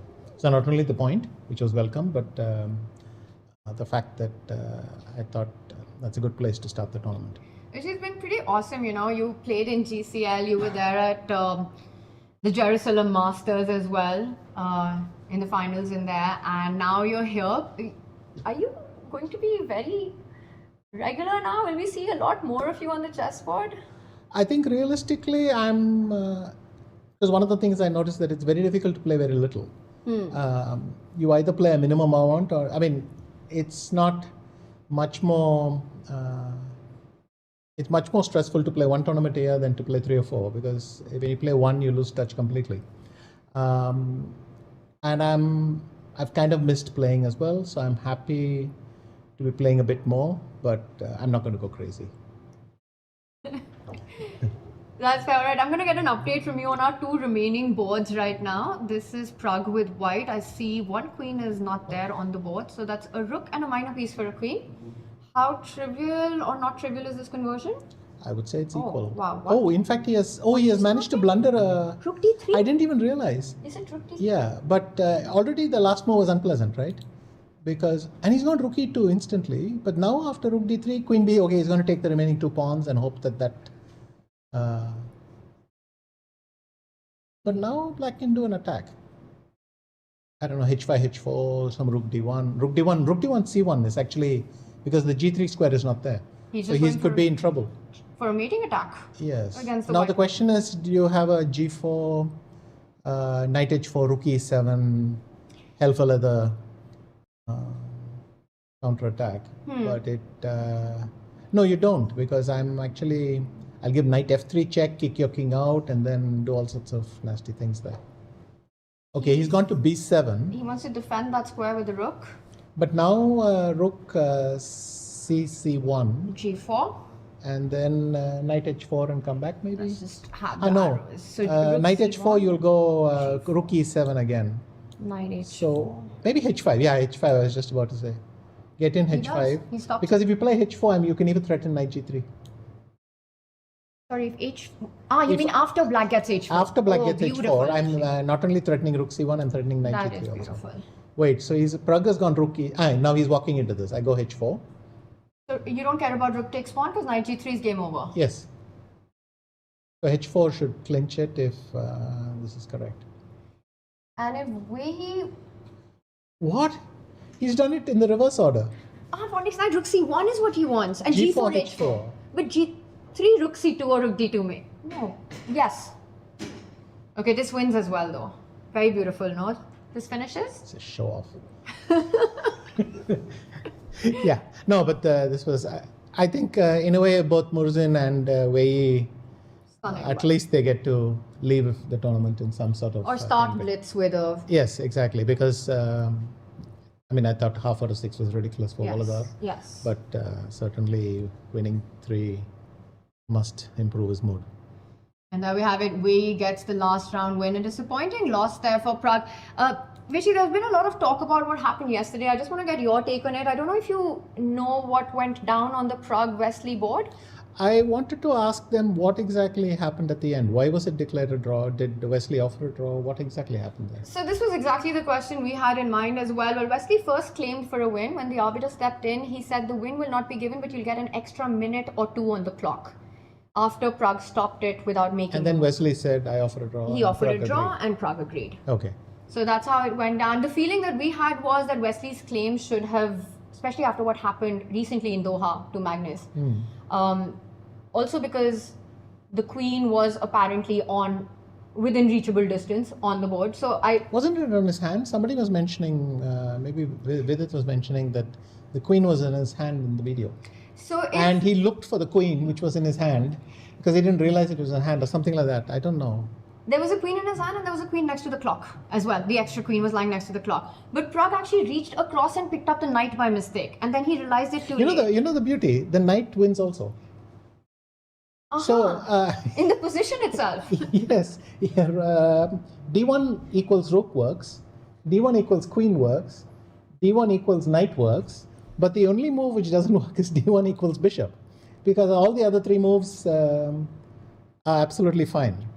I'm going to try to pull that up. So it was Pragg versus Wesley. Yeah, this one. Right here. We'll have the cameras exactly where they are. And this is the position that we're talking about right now where it all happened, Vishy. So D1 knight works also because of queen D3. I have knight F2 takes D3. Oh, wow. D1 queen obviously works, but D1 rook works as well. So this is just a funny position where it doesn't matter. And he actually reached out for the knight in Had he reached out for the bishop, then he would have a problem. But as it happened, it was actually kind of okay. And then I think Wesley mentioned that he didn't want to appeal the arbiter's decision, even though he had a feeling that if he did appeal, he would be given the win. But sportsmanship there. Sure. And that's how that ended. Going back to the board on this one. But that's fascinating that D1 knight here actually would have just not caused any drama. It's the same as all 3 moves. That's the point. That's kind of what's funny. Because we were trying to figure out what was happening as well. Sandeepan and me. And we concluded that whatever happened, then we were not looking for the explanation of what happened. But we saw that the evaluation suggested that D1 knight. I thought that was incredibly funny. But you mentioned Sandeepan is here as well. How's that been? Nice. I mean, he's been working with me for a long time. He's one of our main coaches in WACA as well. Yes. So, but on top of that, I've been relying on him for many years. He came to St. Louis in 19. He helped me in Norway in 22. Last couple of years, he's been working with me, albeit infrequently, but there we are. And Vishy, I know I have to let go of you soon, my least favorite part, but I have to do it. And before you go, there is, I don't know if I'm allowed to reveal it, but there is a big announcement coming from you soon. You are releasing a new... Yes. Am I allowed to say it? Yes, please do. Okay. Well, why don't you tell us? No, you should. Okay. I will. Well, there is incredible news coming for all chess fans. Vishy's new book will be out, and I have had the privilege to know a little bit about it. And Vishy, it's aimed at beginners and maybe slightly stronger than that intermediate club players, but it breaks down chess by you for them. Yes, I would say it's also meant for youngsters. Yes. It's got some chess content, of course, but it's not only about that. So it was for a younger audience, but yes, hopefully young chess players and others, some life lessons and things like that. Some life lessons. When is it launched? 13th, I think. 13th of this month is when the book comes out. Can you tell us what is it called? What's the name, Vishy? Or we'll keep that a secret, maybe. Yeah. Whatever you want. Yes, why don't you ask them to find it? Well, you'll find out what it's called on the 13th of Jan. Vishy's new book will be out. Definitely get your hands on it. Some great life lessons, chess lessons in it. We'll be doing some fun stuff around it as well. Vishy, and how excited are you about the Blitz coming up finally? Well, I'm going to, finish one tournament. I'll try to get ready for the Blitz. All right, we are super excited to watch you back in action. And once again, it has been fantastic to see you in the Rapid. Congratulations. Thank you. Thank you.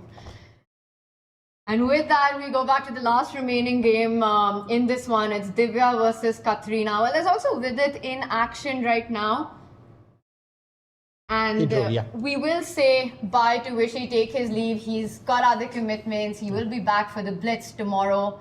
Lots to look forward to. What a fantastic finish by him on the second, finishing on the podium. Second, Nihal Sarin takes the draw in the final round, is the winner. And I'll have Sahaj come back and join me. My heart's beating very fast, Sahaj. Having Vishy here talking about the experiences of the tournament and just what it's been. And so cool he is. He's Mr. Cool. He's an absolute legend, Sahaj. Absolutely. And I'm very keen to read about that book as well. It's the first time I'm hearing about it too. And very, very keen to know about his book. But yes, what a performance by the Madras Tiger. Tiger of Madras. Hashtag. And we have one last game remaining, I believe. We do have it. And there's, I think, Vidit and Arvind at the back are still just analyzing their position. So that one's over. And it ended in a draw. I mean, this is how you see the love for chess, yeah? Let's have that game on the Vidit's board. Disappointed. He was better pretty much for the majority of the end game there. Had extra material as well, but unable to convert at the end. By the way, there are two games remaining. By the way, Vaishali is also playing against Nana Dzagnidze, and this is the current position. And Nana has just blundered in her previous move, which was... No, actually, she was completely lost, yeah? So Vaishali, good finish to an overall not such a great tournament, but I think a very good finish for Vaishali there. And such that we've got Lagno, who of course ran away with the tournament, 1 round to spare, but there's still a fight for second and third place. And in that mix is Divya as well. You know, with her penultimate round victory against Vaishali, we've got her playing against the tournament leader, and Divya has an extra pawn.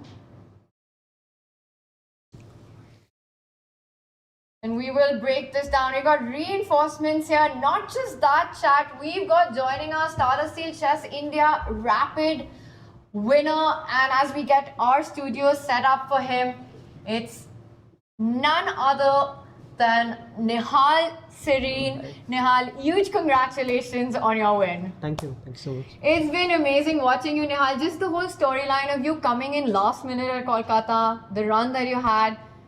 How are you feeling with all of this? Yeah, I feel good. Yeah, thank you. Tell us a little bit about this, because talk to me about, you know, with Gukesh withdrawal, and that was a week before the tournament. So you come in, and then the first day was a bit up and down, but then you really found your form in the second day. 3 out of 3. Yeah, no, second day fortunately it went quite well for me. I mean, the games were quite up and down, but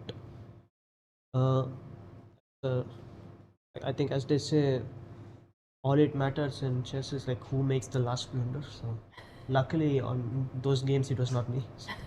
Yeah. Was there anything specific after day 1 to sort of switch yourself to this mindset of going into day 2? Anything specific? Not really. No. Not really at all. Maybe I think on day 1 I believe maybe I tried to prepare for like 5 minutes. And yeah, day 2 I did not even do that. Maybe that's the secret sauce. Just come fresh to the game. Vidya, tell me, what is this win? Now, you've won in Tata Steel before, but winning the Rapid, also, you know, last round you drew with Vishy, who was also in the lead. Just the whole run that it has had. What does it mean to start the year with this performance? Yeah, I'm very happy for sure, and also yeah, I just want to. Sorry. Yeah, just a little bit ahead. Sorry. Yeah, I think this is good. Sorry, go on. Yeah, and yes, also I just wanted to mention yesterday night I got the news that my maternal grandfather who taught me chess had passed away. Like he had been ill for a very long time, and yeah, especially in the last 1-2 months, his condition was really deteriorating, and yeah, it was basically heartbreaking. He would have loved to see it. He was always a huge well-wisher, and he used to, like, even when 80 plus, he used to watch my games on Follow Chess all night. Yeah. So yeah, I mean, I would like to dedicate this tournament victory to him, of course, and yeah, just Now, my deepest condolences, and I'm very sorry to hear that. But your grandfather would have been, I'm sure he was super proud of everything that you've achieved, and it probably wasn't an easy decision for you to come here, yeah. and you've done the absolute best that you could. Thank you.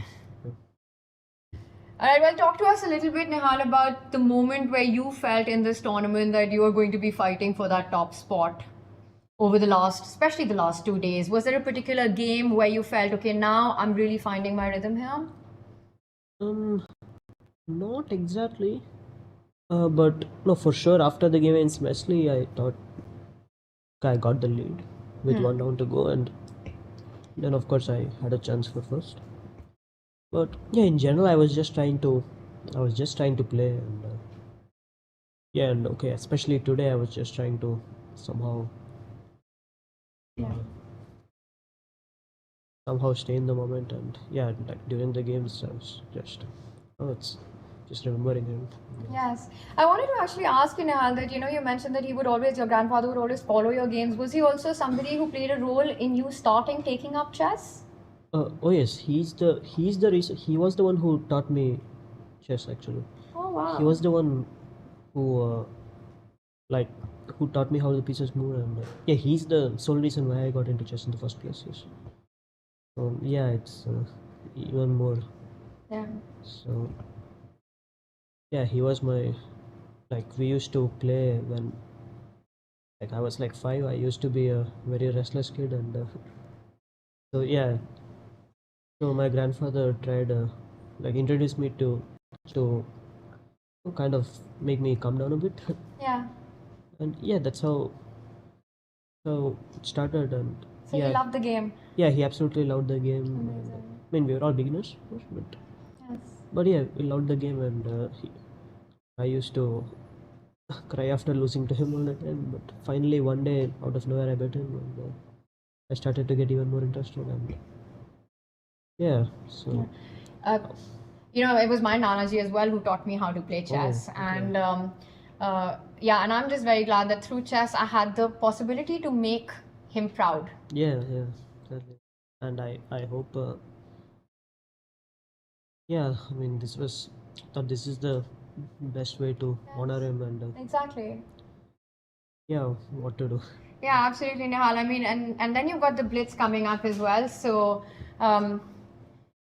wow, this is emotional to hear, because I can completely relate with everything that you're going through and the strength that it takes to come to a tournament and then to put up a performance like that.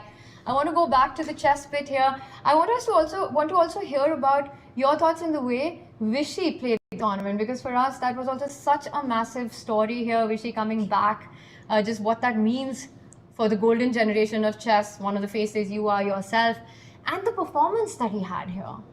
Oh yes, I mean, absolutely, he's an absolute legend of the game. Yes. And at least in my opinion, he's easily one of the greatest players of all time.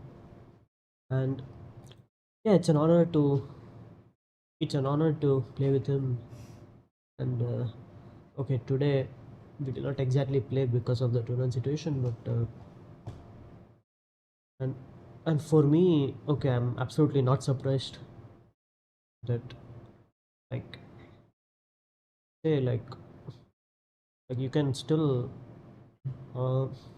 the class is very much visible still. Yes. Class is permanent this year, so Yes. so yeah, he's still absolutely amazing at this age, which is mind-blowing, honestly. But okay, I think pretty much everything he does is mind-blowing. Yes, I think that's beautifully put, Nihal. That everything pretty much what Vishy does is mind-blowing. And to have to finish the game with a draw against him where you will be first, and Vishy also fantastic run. It's been amazing to watch. You know what? I want to put up, we had this contest running, Nihal, this for our fans, which was tell us your favorite player without telling us your favorite player. And we had a lot of entries, and I'm going to ask you if you can, I think you will be able to. But our winner, the winner that we had, let's just have that tweet up, you know, with everything that we were talking about. I'm going to have that on the screen right here. And I know this is an easy one for you. Okay, so wait, is this a... So I'm an Indian born in the 90s. Uh-huh. Growing up, I had heard of only 2 Indian sports icons. Okay. Okay, yeah. I think I know the line which gave it away.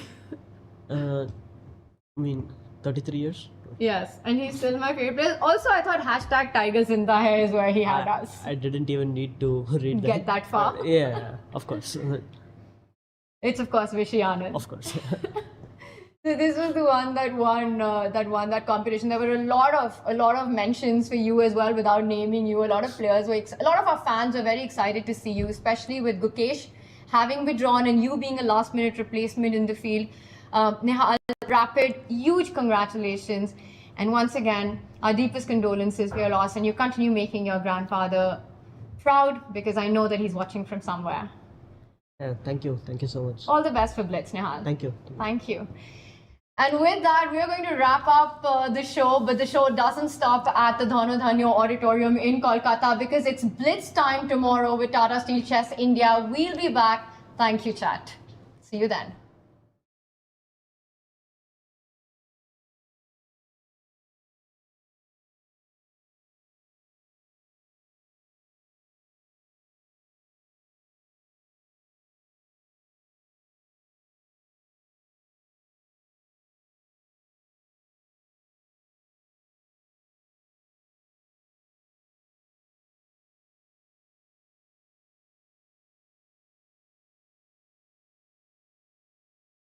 And you can't leave us too soon. So here we are, chat.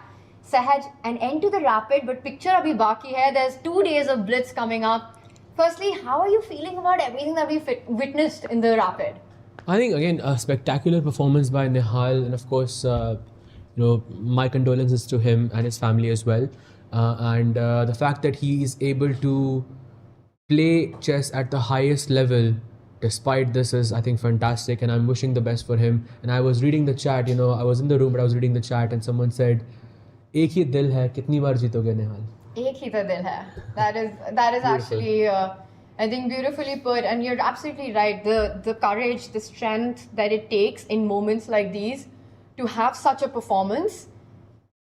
It's definitely not easy. Not an easy task whatsoever. So big props to Nihal. And for me, I want Nihal to do a double sort of victory here, a double crown here. So we are rooting for him. And of course it's Blitz. This is his format. Yes. He feels the most comfortable in it. So let's see what happens. But of course we have Vishy as well, who's lightning kid for a reason. And it's going to be a very exciting match between these two players. And of course, let's not forget Arjun as well. There are so many players who are, shooting for that crown. And at the end, there's just going to be one. Tanya, any picks for you? You know what? Can we just have our actual standings from the Rapid and just finish that off? Also take the picks from here, Sahaj. This is how the stage ended. Nihal at the top with 6.5 first place. It's Vishy Anand who will be second at 6, sole second position. 6 out of 9. Fantastic performance there. Arjun and Wesley shared for third. So even after a last round loss there for Arjun, he does get that podium finish on tiebreak. Not just him, it's actually Arjun, Wesley and Hans who will share third place. Pragg, Vidit, and then we've got Wei Yi at 3.5. Saj, looking at top to bottom, I'm really hoping that, some of the players who are in the lower half in the open section, that they have some great performances in the Blitz. I think seeing Wei Yi down there, very surprising. Pragg as well, I think. Vidit Yes. as well, for that matter, for sure. Murzin, he had a great, I think, day 3, but overall, I think day 1 and day 2, I think everyone expected more from him in that sense. So, hoping that he can make a comeback. But by the way, Tanya, it is official. What is? This is the 4th bronze that Arjun has gotten in a row. started off with GCL, World Rapid, World Blitz, and now we have the Tata Steel India Rapid event as well, where Arjun is once again on third place. Incredible. And I think he's going to be looking at a different color as it goes into the blitz. The metal color to be slightly different from that. Saj, in our women's section, it was a completely different story, right? Because we had Kateryna Lagno, who won the field with a 1.5 point margin at 6.5. And she's making a strong case to come back and blitz as well for that double crown, especially given how she herself has mentioned that out of blitz and rapid, blitz is truly her forte. I couldn't agree more in that sense. And of course, in the women's section, I think one player completely dominated from day one itself. From in the open section, of course, it was a fight, but in the women's section, there is a clear favorite going into the blitz section of this match. And for me, I think that is Kateryna Lagno, hands down. Maybe Hans Niemann might be the one who will get it done in the blitz. Well, Doha wasn't great for him when it came to the blitz. We'll find out so much action. I saw the feature chat there. Just as we were about to leave, we get pulled right back in, and that's exactly what's going to happen tomorrow as well. You guys will be back here with us as we go into 2 days of Tata Steel Chess India Blitz. It's going to be fantastic. Said we'll have 9 rounds every day. Do you think we'll have a different winner of the Tata Steel Blitz? It's Nihal and Kateryna who've taken in the rapid. In the women's, no. I think in the open section, no. I think no. I think Nihal is going to. He continues. He continues. I think this is it's good vibes. It's for good him. vibes. I think Yes. we need him to sort of do a double crown. What about the women? Lagno, I think. Lagno Oh, is. wow. Or So- Goryachkina is also very close second. But yeah, I think we might see a similar winner. But okay, we'll get a clearer picture after day 1 has ended. But 9 rounds is a lot of rounds. It's going to be a lot about endurance and speed and precision. One thing's for sure, whatever happens, whoever wins, chess will win, and we're going to have a fantastic time. This time, it's actually a sign-off for us just for tonight. We'll see you tomorrow. Goodbye.